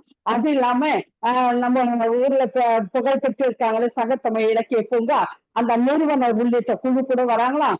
அப்ப தமிழ் சார்ந்த நிகழ்வாகவும் இருக்க போது, பாராட்டு சார்ந்த நிகழ்வாகவும் இருக்க போது, தமிழில் முதல் 3 இடம் பிடித்தவங்களுக்கு இவங்க தரப்போறாங்க. அது விஷயமா கலந்து ஆலோசனை உங்களை ஐயா கூட்டினார், அம்மா கூட்டினார் சொன்னாங்க. சரி, அந்த ஆசிரியர் அந்த வகுப்பறை தலைவனை கூப்பிட்டு பேசுறோம் பேரெல்லாம் எழுதி வை, எங்கிட்ட தரணும், நான் முக்கியமான ஒரு கலந்து ஆலோசனை போறேன்னு போயிடுறாங்க. ஆனா வர முடியல, நேரம் ஆயிட்டு. அப்ப இவன் வகுப்பு அது மத்திய இடையில வந்துடுது. உடனே அந்த எழுதி வச்ச தேர்வை என்ன பண்றான், எடுத்துன்னு போச்சு ஆசிரியர்கிட்ட அந்த மத்திய இடைவெளி நேரத்துல வகுப்பு அந்த உணவு இடைவெளி நிலை கொடுத்துறான். கொடுத்துட்டு இடைவெளி முடிஞ்சிட்டு வகுப்பறை தொடங்குது. தமிழ் ஆசிரியர் உள்ள வராங்க. அந்த அம்மா கரும்பலகையில அமைப்புண்டான திருக்குறளை எழுதுறாங்க. நன்றைய கரினம் நடுவி கண்டான் அர்த்தத்தை அன்றே ஒழிய விட. அழகான ஒரு குரலை எழுதுறாங்க. யாருன்னா உங்களுக்கு அர்த்தம் சொல்ல தெரியுமான்னு கேக்குறாங்க. இல்ல, நீங்க நான் சொல்றேன் புரிஞ்சுக்கணும், நல்லா படிச்சுட்டு வரணும்னு சொல்றாங்க. நம்ம செய்யற செயல் நன்மை தரும் நோக்கத்தோடு இருந்தா கூட நடுநிலைமை தவறாம நேர்மையா செய்யணும். புரியுதா உங்களுக்கு? புரியுது ஆசிரியர்ன்றாங்க. நடுநிலைமை தவறு செய்யற செயல் நல்லதுக்கே ஆனா கூட செய்யக்கூடாது, மனசுல வாங்கிக்கணும்னு அன்னைக்குண்டான அந்த குரலும் பொருளும் அழகா சொல்றாங்க. அதை கேட்டதும் உள்ள சுருக்கு 2 பேருக்கு. ஒண்ணு வருணுக்கு, அடாடா நம்ம தம்மு பண்ணிட்டோமே, அது நல்லதுன்னு நினைச்ச அந்த பையன் நம்ம தோழனோட நோட் புக்கை கிழிச்சிட்டோமே, தப்பு, என்னதான் வந்தாலும் அதை நான் செய்திடக்கூடாது, மனசாட்சி உறுத்துகிறது. நடுநிலைமை அவங்க எடுத்தது மனசாட்சி உறுத்தது. இந்த தலைவனுக்கு நாச்சு இவனா பேர் எழுதி கொடுத்தான் பாருங்க, பேசாத அவங்க பேரையும் எழுதி கொடுத்திருப்பான். அப்போ வகுப்பாசிரியர் தண்டிக்கிட்டும் தானே கொடுத்தான். அவனுக்கும் குற்றமுள்ள மனசை திருகுருன்னு சொல்லுது. அந்த குற்றமுள்ள மனசோட இவன் என்ன பண்றான், ஆசிரியர் தமிழ் ஆசிரியர் வீட்டு பாடம் கொடுத்து வெளியே போனதும் என்னை மன்னிச்சுதுதான் தன் நண்பன் கிட்ட போய் வகுப்பு தலைவன் மன்னிப்பு கட்டி ஆசிரியர்கிட்டையும் போயிட்டு வகுப்பாசிரியர்கிட்ட நான் தப்பு பண்ணிட்டேன், அவன் பேரை நான் எழுதி கொடுத்த தப்பு தயவு செய்து எடுத்துருங்க, எனக்கு தமிழ் ஆசிரியர் சொல்லி கொடுத்த நடுநிலைமை மனதில் பட்டதுன்னு சொல்றான். உடன் பின்னாடியே போறான், இவன் எங்க போறான்னு பார்க்க. அப்ப வருணும் அந்த வருண் என்ன பண்ணா, நான் உன்னோட பேசுற டீச்சர் தப்பு தான்டா, இனிமேல் நான் நல்லதே நினைச்சு நான் செய்யணும் பாரு, அது தப்பு, நேர்மையா இனிமேல் நடந்துப்பேன் அப்படின்னு சொல்றான். இந்த குரல் மாணவ சமுதாயத்திற்கு நல்லதை எடுத்து சொல்லும் குரலாக கருதி நல்லதொரு வாய்ப்பை எனக்கு தந்த நல்ல நம்ம நீலகண்டன் தமிழன் ஐயா உள்ளிட்ட சமூகத்திற்கு நன்றி பாராட்டி இடம் சேர்க்கிறேன். நன்றி, வணக்கம். அருமை அருமை அம்மா. இந்த நிகழ்வு எல்லா வகுப்பறைகளிலுமே நடக்கக்கூடிய ஒன்றுதான். அப்படியே நீங்க நிஜ நிகழ்வை அழகாக கோர்த்து கோர்வையாக திருக்குறளுக்கு கூறிவிட்டீர்கள். ஒவ்வொரு திருக்குறளுக்குமே இதை நம்ம விளக்க கொடுத்து சிறு வயதிலிருந்தே மாணவர்களை நம்ம திருத்திட்டோம்னு வச்சுக்கோங்களேன், சமுதாயத்துல ஏதான தவறுகளுமே நடக்காது, நடக்காம மாணவர்கள் திருந்திடுவாங்க அப்படிங்கிறது என்னுடைய கருத்து. மிக சிறப்பு, வாழ்த்துக்களம்மா, மிக சிறப்பு. நன்றி சொல்றேன். அருமையான ஒரு கதையை சொன்னவர்கள். திருக்குறளுக்கு ஏற்ற ஒரு கதையை மாணவர்கள் அவருடைய பிழை செய்த மாணவன் தன்னுடைய பிழையை உணர்ந்து திருந்துவதாக அந்த கதையை அமைத்து, அதுவும் ஒரு தமிழாசிரியர் கொண்டு வந்து நல்ல மாணவர்களுக்கு பரிசளிப்பதற்கு சங்கத்தமிழை கற்றுள்ள குழுவாக வந்து பரிசு கொடுப்பதாகவும் அல்லது பாராட்டு கொடுப்பதாகவும் கதையிலே கொண்டு வந்தார்கள். மற்ற மகிழ்ச்சி அம்மா, சிறப்பாக இருந்தது. ஒரே ஒரு சிறு கருத்து மட்டும் நான் புரிந்து கொள்ள விளைகிறேன். பொதுவாக இந்த கதை பெரியவர்களுக்காக எழுதப்பட்ட கதை என்றால் சரி, ஆனால் சிறுவர்களுக்காக எழுதப்பட்ட கதை என்றால் இது சரியல்ல. ஏன்னு சொன்னா, சிறுவர் கதைகள் நீங்க நிறைய படிச்சிருப்பீங்க, நீங்க கேட்டிருப்பீங்க, நான் பல நேரங்கள்ல சொல்லியிருக்கேன் அந்த செய்தியை. சிறுவர் கதை எழுதுகிறவர்கள் மிக முக்கியமாக தெரிந்து கொள்ள வேண்டிய ஒரு செய்தி. உங்களுக்கு தெரிந்த செய்தி தான், அதை நீங்க கவனிக்காம இருப்பீங்க. என்னன்னு சொன்னா, நீங்கள் இதுவரை கேட்ட சிறுவர் கதைகள், அந்த வந்த கதையில வந்த பாத்திரங்கள்லாம் பாத்தீங்கன்னா, ஒரு கதையிலும் சிறுவர்கள் இருக்க மாட்டார்கள். அந்த கதையினுடைய பாத்திரங்களாக சிறுவர்களுக்கு நீங்க நன்கு அறிந்த மிகச்சிறந்த கதைகள் இருக்குங்களா? இப்ப நரி கதை இருக்குது, காக்கா கதை இருக்குது, வேடன் கதை இருக்குது, இந்த கோடாளி கதை இருக்குது. இப்படி நிறைய கதைகள் நான் அதை எளிதாக சொன்னேன். காக்கா கதையை பார்த்தா ஒரு 10 காக்கா கதை இருக்கும். நரி கதை பார்த்தா ஒரு 10 நரி கதை இருக்கும். வேடன் கதை, இந்த எறும்புக்கு இலை போடுற கதை, நிறைய கதைகள் பார்த்திருப்பீங்க. இதெல்லாம் சிறுவர்களுக்கு அறிவுரை சொல்லக்கூடிய கதைகள் தான். ஆனால் இந்த கதைகளில் எந்த கதையிலும் சிறுவர்கள் இடம்பெற்றிருக்க மாட்டார்கள். ஏன் என்று சொன்னால் என்று சொல்வதை விட, ஏன் இப்படி அமைக்கிறார்கள் என்று நான் கருதுகிறேன் என்று சொன்னால், அதற்கு மிக முக்கியமான காரணமாக நான் பார்ப்பது, ஒரு சிறுவர் கதையிலே ஒரு சிறுவனை நல்லவன் என்றும் ஒரு சிறுவனை தீயவன் என்றும் சொல்லிவிட்டால், நாம் கதை சொல்லப் போவதே அந்த தீயவனை திருத்தத்தான். ஒரு தீய பழக்கமுள்ள ஒருவனை திருத்துவதற்கான கதையில் அவனையே சுட்டிக்காட்டி சொன்னால் அவன் எப்படி ஏற்றுக்கொள்வான்? நல்ல பையன் ஏற்றுக்கொள்வான். அவனை திருத்த வேண்டிய அவசியம் உங்களுக்கு கிடையாது. அவன் ஏற்கனவே சரியாக இருக்கிறான். அப்ப தீயவனை திருத்துவதற்கு அவனை போன்ற ஒரு தீயவனை நாம் எடுத்துக்காட்டாக கூறினால் அதை ஏற்க மாட்டான், படிக்க மாட்டான், அதன் மீது வெறுப்பு கொள்ளுவான், அந்த கதையின் மீது ஆர்வம் செலுத்தும். எனவே நாம் என்ன பண்ணணும்னா, சிறுவர் கதைகளை பொறுத்தவரை மிருகங்களை அல்லது பெரியவர்களை வைத்து அந்த கதையை கூற வேண்டும். கூறினால் அது சிறுவர்களுக்கு எளிதில் சென்று சேர்ந்துவிடும் என்பது என்னுடைய அறிவு. இதுதான் சரி சொல்ல மாட்டேன். இதனால்தான் நம் முன்னோர்கள் எழுதிய எந்த கதையிலும் சிறுவர்களை கொண்டு வரவில்லையோ என்று எண்ணம். இந்த கதையே கொஞ்சம் பெரியவர்கள் செய்வது போல, பெரியவர்கள் பிழை செய்வது போல செய்தால் அந்த கதையை சிறுவர்கள் ஏற்றுக்கொள்ளும் என்பது என்னுடைய கருத்து. தொடர்ந்து நீங்கள் கதைகள் வழங்கி சிறப்பிக்க வேண்டும் என்று கேட்டுக்கொள்கிறேன். மகிழ்ச்சி அம்மா. அடுத்தவளை அழையுங்கள். நன்றி ஐயா. தொடர்ந்து திருக்குறளை கதை கூறு நிகழ்வில் கதை கூற வருபவர் கவி அரங்க சாதனை நாயகி புத்துலக கவி சு பவானி தனஞ்சயன் அம்மா அவர்களை அன்போடு கதை கூற அழைக்கின்றேன். பவானி அம்மா, வாருங்கள், தங்கள் திருக்குறள் கதையை கூறுங்கள். நன்றிகள் அம்மா. 8 தொகையாலும் ஈரைந்து பாட்டாலும் பட்டாய் சிறக்கும் 15 கீழ் கணக்காலும் காவியங்கள் பல நைந்தாலும் காலங்கள் பல கடந்தாலும் வண்ணங்கள் மாறாத கன்னி தமிழுக்கு என் முதற்கண் வணக்கத்தை கூறிக்கொள்கின்றேன். சங்கத்தமிழ் இலக்கிய பூங்கா தலைவராம் திருவள்ளுவரையும் செயலாளர் பாரதிதாசனையும் வணங்கி மகிழ்கின்றேன். சங்கத்தமிழ் இலக்கிய பூங்கா ஒருங்கிணைப்பாளர் பாரதி சுடர் தமிழ் மாமணி திரு நீலகண்ட தமிழன் ஐயா அவர்களுக்கும் மற்றும் நம்முடைய நிகழ்வுகளை எல்லாம் மிகச் சிறப்பாக வலையேற்றம் செய்யும் சிவகாமி சண்முக சுந்தரம் அம்மா அவர்களுக்கும் என்னுடைய வணக்கத்தை தெரிவித்துக் கொள்கின்றேன். திருக்குறள் கதை கூறு என்னும் நிகழ்விற்கு ஒருங்கிணைப்பாளராக மிகச் சிறப்பாக அனைவரின் திருக்குறள் கதைகளுக்கும் பின்னோட்டம் வழங்கி கொண்டிருக்கும் நிலவு எழிலரசி அம்மா அவர்களுக்கும் மற்றும் இணைய இரவு வணக்கத்தை தெரிவித்துக் கொண்டு கதை கூறு திருக்குறள் கதை கூறு என்னும் கதையை ஒரு கிராம பஞ்சாயத்தில் 100 நாள் வேலை செய்யும் பெண்மணிகள் கலா, மாலா, வள்ளி என்று 3 தோழிகள். அவர்கள் 3 பேருமே மிக சுறுசுறுப்பாக அந்த கிராமத்தில் இருக்கும் பஞ்சாயத்து சொல்லக்கூடிய அத்துணை வேலைகளையும் மிக சிறப்பாக சுறுசுறுப்பாக செய்யக்கூடியவர்கள்.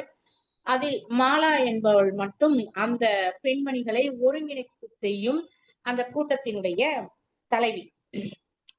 கலா, மாலா, வள்ளி இவர்கள் தோழிகளாக இருக்கும் பொழுது அந்த பஞ்சாயத்திற்கு வேலை செய்ய சென்றார்கள். அப்பொழுது கலா மட்டும் அதாவது அந்த வேலை செய்வதற்கான அந்த பொருள்கள் மம்முட்டி, கடப்பாறை இதையெல்லாம் கொஞ்சம் வித்தியாசமாக அவள் கொண்டு வருவாள். அப்படி ஒரு நாள் மம்முட்டி அந்த பிடியானது கொஞ்சம் வித்தியாசமாக அந்த மம்முட்டி வேலை செய்வதற்கு கொண்டு வந்தாள். இதை பார்த்த மற்ற பெண்மணிகள் எல்லோரும் இது வித்தியாசமாக இருக்கிறதே என்று அனைவரும் தொட்டு தொட்டு பார்த்து கொண்டிருந்தனர். மாலா அந்த பெண்மணிகளினுடைய தலைவி. அவளும் அந்த மம்முட்டியை தொட்டு பார்த்தாள். அதன் பிறகு அந்த வேலை முடித்த பிறகு அனைவரும் சற்று ஓய்வெடுத்தனர். அப்பொழுது அந்த இடத்தில் அந்த மம்முட்டி வைக்கப்பட்டிருந்தது. எதேர்ச்சியாக அனைவரும் உணவருந்து கொண்டிருக்கும் பொழுது மாலா அந்த இடத்திற்கு வந்து அந்த மம்முட்டியை யாருக்கும் தெரியாமல் அதை எடுத்துக்கொண்டு ஒரு மறைவிடத்தில் வைத்து விட்டாள். அனைவரும் உணவருந்து விட்டு அந்த இடத்திற்கு வேலை செய்வதற்கு வந்தனர். அப்பொழுது பார்த்தால் இந்த மம்முட்டி இல்லை. அந்த இடத்தில் வள்ளிதான் இருந்தது. அனைவருமே வள்ளியின் மீது கையை போட்டு விட்டனர். வள்ளிதான் எடுத்திருப்பாள் என்று கையை போட்டு எனக்கு தெரியாது, நாளை வேலைக்கு வரும்போது என்னுடைய நீங்கள் கொண்டு வந்து எனக்கு தர வேண்டும் என்று திட்டவட்டமாக கூறினார். இல்லை என்றால் நான் வந்து அந்த தலைவரிடம் சொல்லி உனக்கு அந்த வேலையை இல்லாமல் செய்து விடுவேன் என்று கலா கூறினாள்.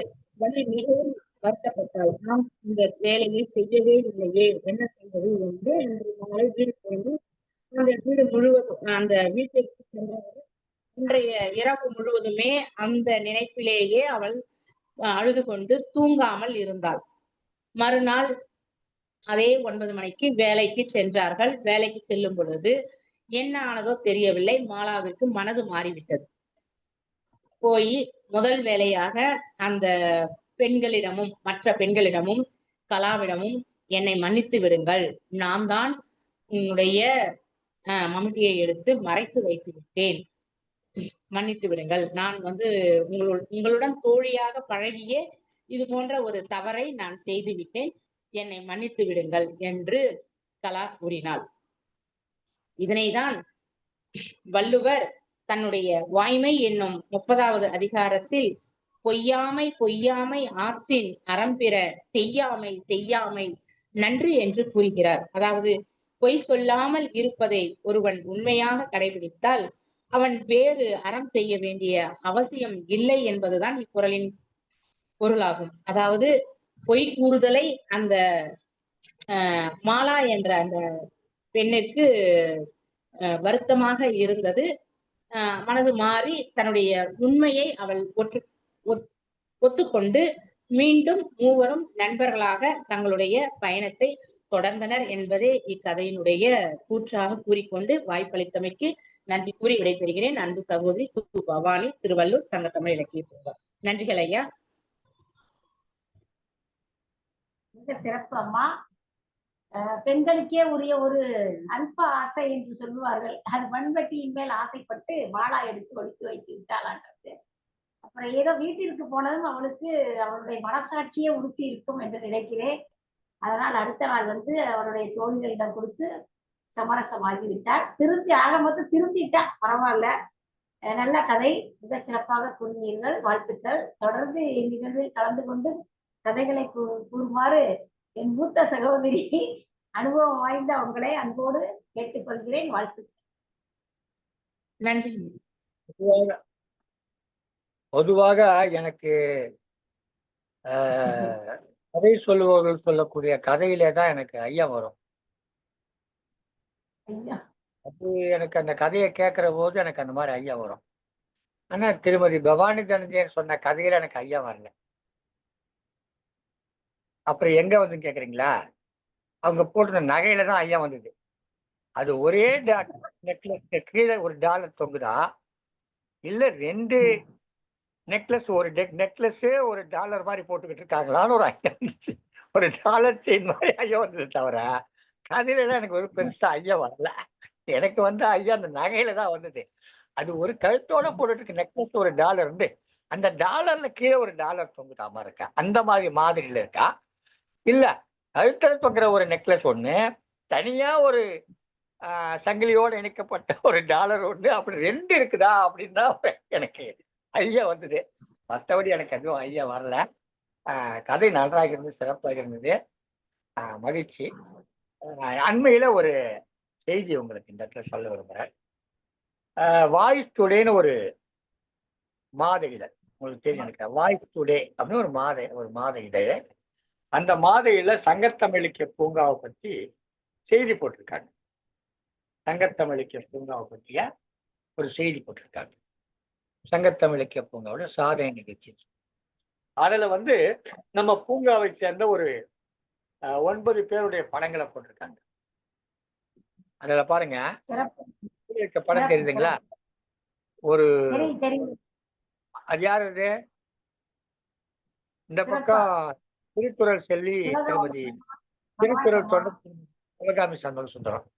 இந்த பக்கத்துக்கு இருக்கிறவங்க ஸ்ரீபிரியா சேஷாத்ரி. மேல அதுக்கு மேல ராஜாமணி அம்மா. அதுக்கு மேல விஜய். அதுக்கு பக்கத்துல அப்படி இருக்காங்க. இதுல பாத்தீங்கன்னா இந்த இடத்துல ஒரு படம் இருக்கு பாருங்க, நல்லா கவனிங்க. ஆனா இதுல அந்த அந்த நெக்லஸ் டாலர் செயின் 2 தெரியலன்னு நினைக்கிறேன். ஒண்ணுதான் தெரியுது. திருமதி பவானி அவர்கள் அவருடைய படத்தை அந்த இதழில் வெளியிட்டு இருக்காங்க. இது ஒரு சிறப்பு. அம்மையான சிறப்பு. நிறைய செய்திகள் அவருடைய சிறப்புகளை எடுத்து சொல்வதற்கு ஒரு நல்லதொரு வாய்ப்பாக இது அமைந்தது. வாழ்த்துக்கள் திருமதி பவானி அவர்கள. தொடரட்டும் உங்கள் இலக்கிய பயணம். நன்றி, வணக்கம்.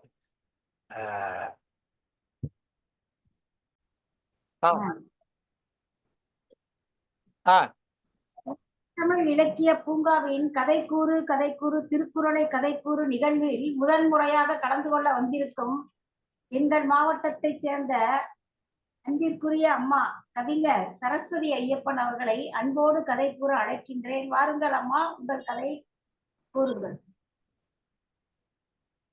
இன்றைய நிகழ்வில் என்னுடைய கதையாக காலம் அறிதல் அதிகாரத்தில் எய்தற்கரியது எந்த கால் அந்நிலையை செய்தற்கரிய செயல் என்ற குறளில் பொருளுக்கேற்ப என்னுடைய கதையை தொடங்குகிறேன் அம்மா.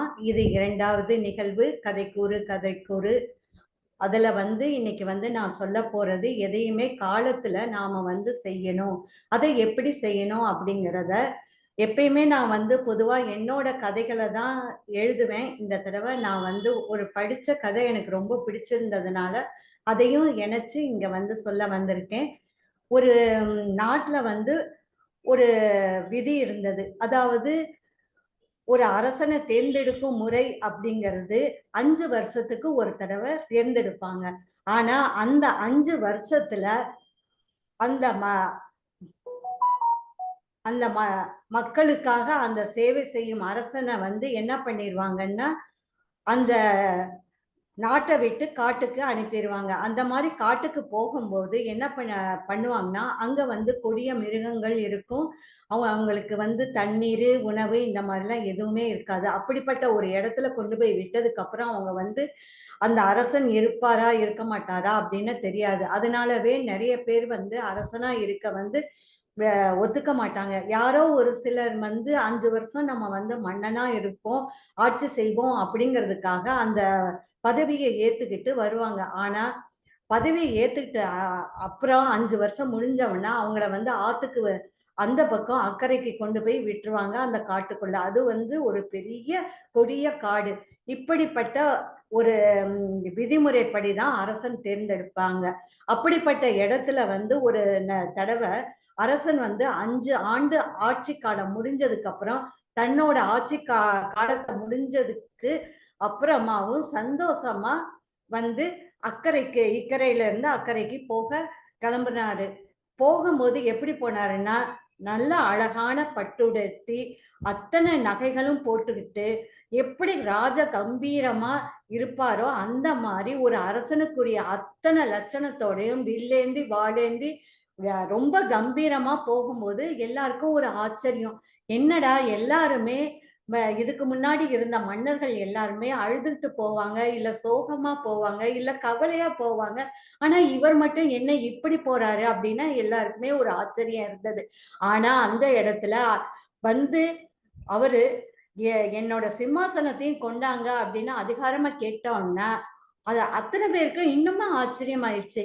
என்னடா இவர் இந்த சிம்மாசனத்தையும் கேக்குறாரு, அதுலயே போறாரு அப்படின்னு. இருந்தாலும் அவர் ஆசைப்பட்டுட்டாரு. சரி சிம்மாசனத்தையும் கொடுத்து அனுப்புவோம் அப்படின்னு சொல்லிட்டு சிம்மாசனத்தையும் கொடுத்துட்றாங்க. அவரு சிம்மாசனத்துல கம்பீரமா உட்கார்ந்து எப்படி அந்த 5 வருஷமும் ஆட்சி செஞ்சாரோ அதே கலையோட அவர் வந்து கிளம்பிடுறாரு. கிளம்பி அக்கறையில கொண்டு போய் விடும்போது படகோட்டிக்கு வந்து ஒரு ஆச்சரியம். அத்தனை பேரும் நானும் பார்த்திருக்கேன். ஏதோ ஒரு விதத்துல அழுதுருவாங்க, இல்லாட்டினா கவலையில புலம்புவாங்க, இல்லாட்டினா அதுக்கு முன்னாடியே மரணிச்சிருவாங்க. ஆனா நீங்க வந்து இவ்வளவு தைரியமா இக்கரையில இருந்து அக்கறைக்கு போறீங்களே, அங்க போனதுக்கு அப்புறம் நீங்க திரும்பி வரமாட்டீங்க, இல்லாட்டினா இறந்துருவீங்க, இப்படி எல்லாம் இருக்கு இல்லையா, அதெல்லாம் உங்களுக்கு தெரியாதா அப்படின்னு கேட்கும்போது, அதெல்லாம் தெரிஞ்சுதான் நான் போறேன் அப்படின்னு சொல்லும்போது, அதெல்லாம் தெரிஞ்சுமா நீங்க போறீங்க அப்படின்னா உங்களுக்கு பயம் இல்லையா அப்படின்னு படகோட்டி கேட்க, எனக்கு எதுக்கு பயம், நான் தான் இந்த ஆட்சிக்கு உட்காரும் போதே நான் வந்து 5 திட்டங்களை வந்து முன்னாடியே நான் ஏற்பாடு பண்ணிட்டேனே அப்படின்னு சொல்றாரு. அது என்ன ஏற்பாடு அப்படின்னு கேட்கும்போது, வருஷம் வந்து நான் என்ன பண்ணேன், 1000 வேட்டைக்காரங்களை வந்து அக்கறைக்கு அனுப்பி கொடிய விலங்குகளை எல்லாம் வேட்டையாட வச்சுட்டேன். 2வது வருஷம் என்ன பண்ணேன்னா 1000 பேரை அனுப்பி அங்க போய் விவசாயத்தை செய்ய வச்ச, அந்த நிலத்தை எல்லாம் உழுது பயிராக்கி அத்தனையும் பண்ணி அங்க வந்து வாழ்றதுக்கான ஒரு சூழலை உருவாக்கினேன். 3வது வருஷம் என்ன பண்ணேன்னா தேவையான அத்தனை பொருட்களையும் செய்யறதுக்கான அத்தனை ஆட்களையும் அனுப்பி அங்க என்ன தேவையோ அதுக்கான அத்தனை ஏற்பாடுகளையும் பண்ணிட்டேன். அது 4வது வருஷம் என்ன பண்ணேன்னா அங்க இருக்கிற சூழலுக்கு தகுந்த மாதிரி வீடுகள் அமைக்கிறதுக்காக அத்தனை பேரையும் வீடு அமைச்சு அதுக்கு உரிய அத்தனை தொழிலாளர்களையும் அங்க அமைச்சதுனால இப்ப வந்து கொடிய விலங்குகள் இல்ல, சாலைகள் போடப்பட்டுருச்சு. அதுக்கப்புறம் பார்த்தோம்னா அங்க வந்து உணவு தானியம் எல்லாமே நிரம்பி இருக்கு, வாழ்றதுக்கான வீடு இருக்கு, செய்யறதுக்கான தொழில் இருக்கு. இதையெல்லாம் கண்காணிக்க 5வது வருஷம் வந்து மேலதிகாரிகளையும் அதிகாரிகளையும் நான் அனுப்பிட்டேன். அப்புறம் என்ன பயம், நான் இப்ப போனேன்னா அங்கேயும் போய் அரசு தானே ஆள போறேன், அப்படிப்பட்ட சூழ்நிலையில நான் ஏன் கவலைப்படணும். அதனாலதான் 5 வருஷம் நான் ஆட்சி பண்ணும்போது இது அத்தனையுமே நான் முன்கூட்டி செஞ்சுட்டேன். அதனால இப்பயும் நான் அரசனா போய் ஆளும்போது நான் எதுக்கு பயப்படணும் அப்படின்னு சொல்லிட்டு படகோட்டிட்ட, நீயும் வேணா வா, உனக்கும் இந்த படகோட்டுற தொழிலையே நீ வந்து செய்யறதுக்கான அனுமதி கொடுக்குறேன்னு சொல்லி அவர் வந்து இறங்கிட்டு போறாரு. ஆமாங்க, எதையுமே காலத்துல கிடைக்கிற வாய்ப்பை வந்து அதுல வந்து சில இடர்கள் தடைகள் இந்த மாதிரி எல்லாம் இருக்கதான் செய்யும். இப்ப வந்து நமக்கு ஒரு நேர்முக தேர்வுக்கு ஒரு வாய்ப்பு கிடைச்சதுன்னா வச்சுக்கோங்க, நம்ம போன உடனே அவங்க வந்து அந்த வேலையை கொடுக்க மாட்டாங்க. அதுக்கு முன்னேற்பாடா நாம வந்து பல செயல்களை செஞ்சுதான் இருக்கணும். நாம வந்து தைரியமா பேசணும், அதுக்குரிய தேர்வு தேர்வா செய்யறதுக்காக வினாக்களை கேட்டாங்கன்னா அந்த வினாக்களுக்குரிய பதில்களை வந்து நம்ம எப்பயுமே சரியா சொல்றதுக்கான வாய்ப்பை நாம வந்து நம்மளோட தகுதியையும் திறனையும் நாம வந்து வளர்த்துக்கணும். இது மட்டும் இல்ல, அத்தனை போட்டியாளர்களுக்கு முன்னாடி நாம வந்து பேசுற விதத்திலையோ நாம வந்து சொல்ற விதத்திலையும் நாம அவங்களை ஈர்க்கணும். அதுக்காக நம்மளுடைய காலம் வந்து இந்த இலக்கு, இந்த காலத்துல இந்த இலக்கு அப்படின்னு வச்சுட்டா இது ஒரு உதாரணம் தான். மாணவருக்கு வந்து படிப்பு, மற்றவங்களுக்கு வந்து வேலை, அதே இல்லத்துலன்னா இருந்தா அதுக்குரிய நம்மளுடைய ஆசைகள் ஆர்வங்கள் இப்படியான ஏற்பாடுகள், குழந்தைகளுக்கான படிப்பு, இந்த மாதிரி எதையுமே காலம் அறிஞ்சு நாம வந்து திட்டமிட்டு செயல்படும் போது அந்த இடத்துல வந்து நாம வந்து எப்பயுமே உயர்வா இருக்க முடியும். அப்படிங்கிறது தான் இந்த காலமறிதல் அதிகாரத்துல திருவள்ளுவர் சொல்லியிருக்காரு. அப்படியான ஒரு வாய்ப்பு தான் இன்னைக்கு வந்து கதைக்கூறு அப்படிங்கிற ஒரு நிகழ்வும் நான் நினைக்கிறேன். இந்த ஒரு வாய்ப்பை நாம் வந்து பயன்படுத்திக்கும் போது தளங்கள் இருக்கு, அதே மாதிரி தலைப்புகள் இருக்கு. அந்த தலைப்புலையும் வாய்ப்புகளையும் நாம வந்து மிக அருமையா அதை வந்து முன்னேற்பாட நாம செயல்பட்டு அதை வந்து நமக்குரிய தகுதியா திறனா வளர்த்துக்கிட்டா அதற்கான அங்கீகாரமா ஒரு சான்றிதழ் இருக்கு, கேடயம் இருக்கு. நம்மளை வந்து இப்ப வந்து காமிக்கிறதுக்கான ஒரு நாளிதழை காமிச்சாரு ஐயா. அதுல வந்து நம்மளோட முகம் வர்றதுக்கான வாய்ப்பு இருக்கு. இன்னும் என்ன, பணுவல் பார்க்கலாம், பத்திரிகையில பார்க்கலாம். அத்தனையும் நமக்கு வந்து ஒரு தளமும் ஒரு தலைமையும் கொடுக்குது. அப்படிங்கும் போது அந்த வாய்ப்பை நாம பயன்படுத்திக்கணும். அப்படிங்கிறது மட்டும் இல்லாம அதை காலம் அறிஞ்சு அதற்கான உழைப்புகளையும் நாம தொடங்கிடணும் அப்படின்னு சொல்லிட்டு இந்த வாய்ப்பை நல்கிய அனைவருக்கும் எனது இனிய வணக்கங்களையும் கூறிக்கொண்டு இடம் சாருகிறேன். அன்புடன் நட்புடன் வாழ்க வளமுடன். மகிழ்ச்சி அம்மா. சிறப்பான ஒரு அரசர் கதை. நன்றி. அதாவது வரும் வாய்ப்புகளை நம்ம பயன்படுத்திக்கணும். காலம் நமக்காக என்றுமே காத்திருக்காது. காலத்தை காலம் கொண்டது சொல்லுவோம். காலத்தை நாம் பயன்படுத்தி கொண்டோம் என்றால் வாழ்வில் சிறக்கலாம் என்பதை திருக்குறளோடு பொருத்தி மிக அருமையான அரசர் கதையை கூறினீர்கள். மிக்க நன்றி, வாழ்த்துக்கள். தொடர்ந்து கதை கூறி வாழ்த்துங்கள். வணக்கம்.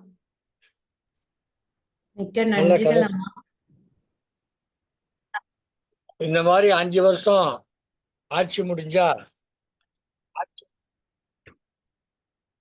5 வருடம் கழித்து காட்டுக்கு போகணும் அப்படின்ற ஒரு விதிமுறை இருந்தா, இது எந்த காலத்திலும் இருந்ததா சொல்லக்கூடிய ஒரு கற்பனை கதை தான் அது. அப்படி ஒரு வாய்ப்பை தான் நிறைய பேர் ஆட்சிக்கு வரன்ற ஆசையை விட்டுடுவாங்க. இன்றைக்கு எப்படியாவது முதலமைச்சராக வேண்டும் என்ற கனவுகளோடு நிறைய முக்கியமா நடிகர்கள் சுத்தி கொண்டிருக்கிறார்கள். தமிழ்நாட்டில் நிறைய நடிகர்களுக்கு எப்படியாவது முதலமைச்சராக வேண்டும் என்ற ஆசை வந்து வந்து போகிறது. ஒரு நடிகர் முதலமைச்சர் ஆனதனால் நடிக்கிறவர்கள் எல்லாம் முதலமைச்சராக வேண்டும் என்ற ஆசை. இப்படி ஒரு சூழல் வந்தால் என்ன ஆகும்? நிறைய பேர் வரமாட்டார்கள். இன்னொன்று, அந்த அரசர் 5 ஆண்டு காலத்திலே 5 விதமான ஏற்பாடுகளை செய்ததாக சொல்லுகிறார். இந்த கதையின் அடிப்படையில் தான் இன்றைக்கு அரசியல்வாதிகள் நிறைய பேர் சிறைகளிலே பல வசதிகள் ஏற்பாடு செய்து வைத்திருக்கிறார். சிறையை நன்றாக கட்டியிருக்கிறார்கள். ஒரு சிலருக்கு முதல் வகுப்பு 2ஆம் வகுப்பு என்பது போல வைத்திருக்கிறார்கள். வாரந்தோறும் ஓரிரு நாட்களிலே அசைவ உணவு கொடுப்பதற்கு ஏற்பாடு செய்திருக்கிறார். இதெல்லாம் நாளைக்கு ஒருவேளை நாம் அங்க போக வேண்டிய அவசியம் இருந்தா அப்ப நமக்கு உதவுமே அப்படி செய்து வைத்திருக்கிறார்கள் போலிருக்கு. எனவே இந்த காலத்துக்கு இந்த கதை பொருத்தமுடையதாகவே காணப்படும் என்று கூறி ஒரே ஒரு சின்ன வருத்தம். இவங்க கதை சொல்ற போது அந்த கதைக்குண்டான திருக்குறளை நான் கவனிக்க தவறிவிட்டேன். கதையை மட்டும் கவனிச்சேன், திருக்குறளை கவனிக்க தவறிவிட்டேன் என்று கூறி சிறப்பான கதை குறித்து தொடர்ந்து கதைகளை வழங்குங்கள் என்று கேட்டுக்கொண்டு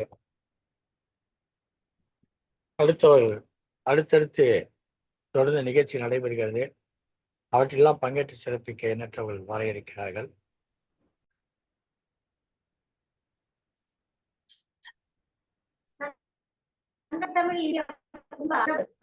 கதை கூறு திருக்குறளை கதை கூறு என்ற இந்நிகழ்ச்சியில் இன்றைய தினம் திருக்குறளுக்கு ஏற்ற கதைகளை கூறி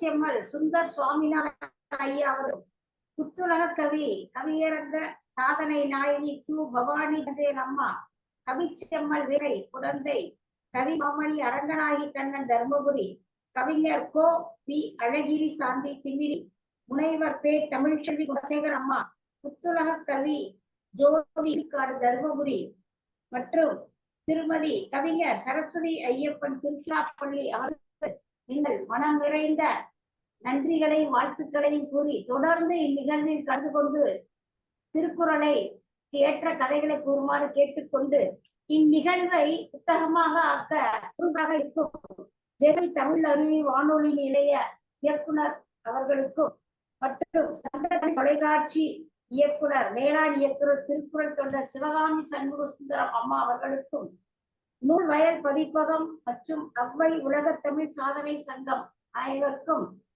இந்த நிகழ்விற்கு பணியை அளித்த என் அன்பிற்கும் பண்பிற்கும் உரிய தமிழ் பணிச்செம்மல் பாரதி சுடர் நிகழ்ந்த தமிழன் ஐயா அவர்களுக்கும் என் மனம் நிறை நன்றிகளையும் வணக்கத்தையும் தெரிவித்துக் கொண்டு இந்நிகழ்வை நிறைவு செய்கின்றேன். ஐயா அவர்கள் உரையாற்றுகிறார்.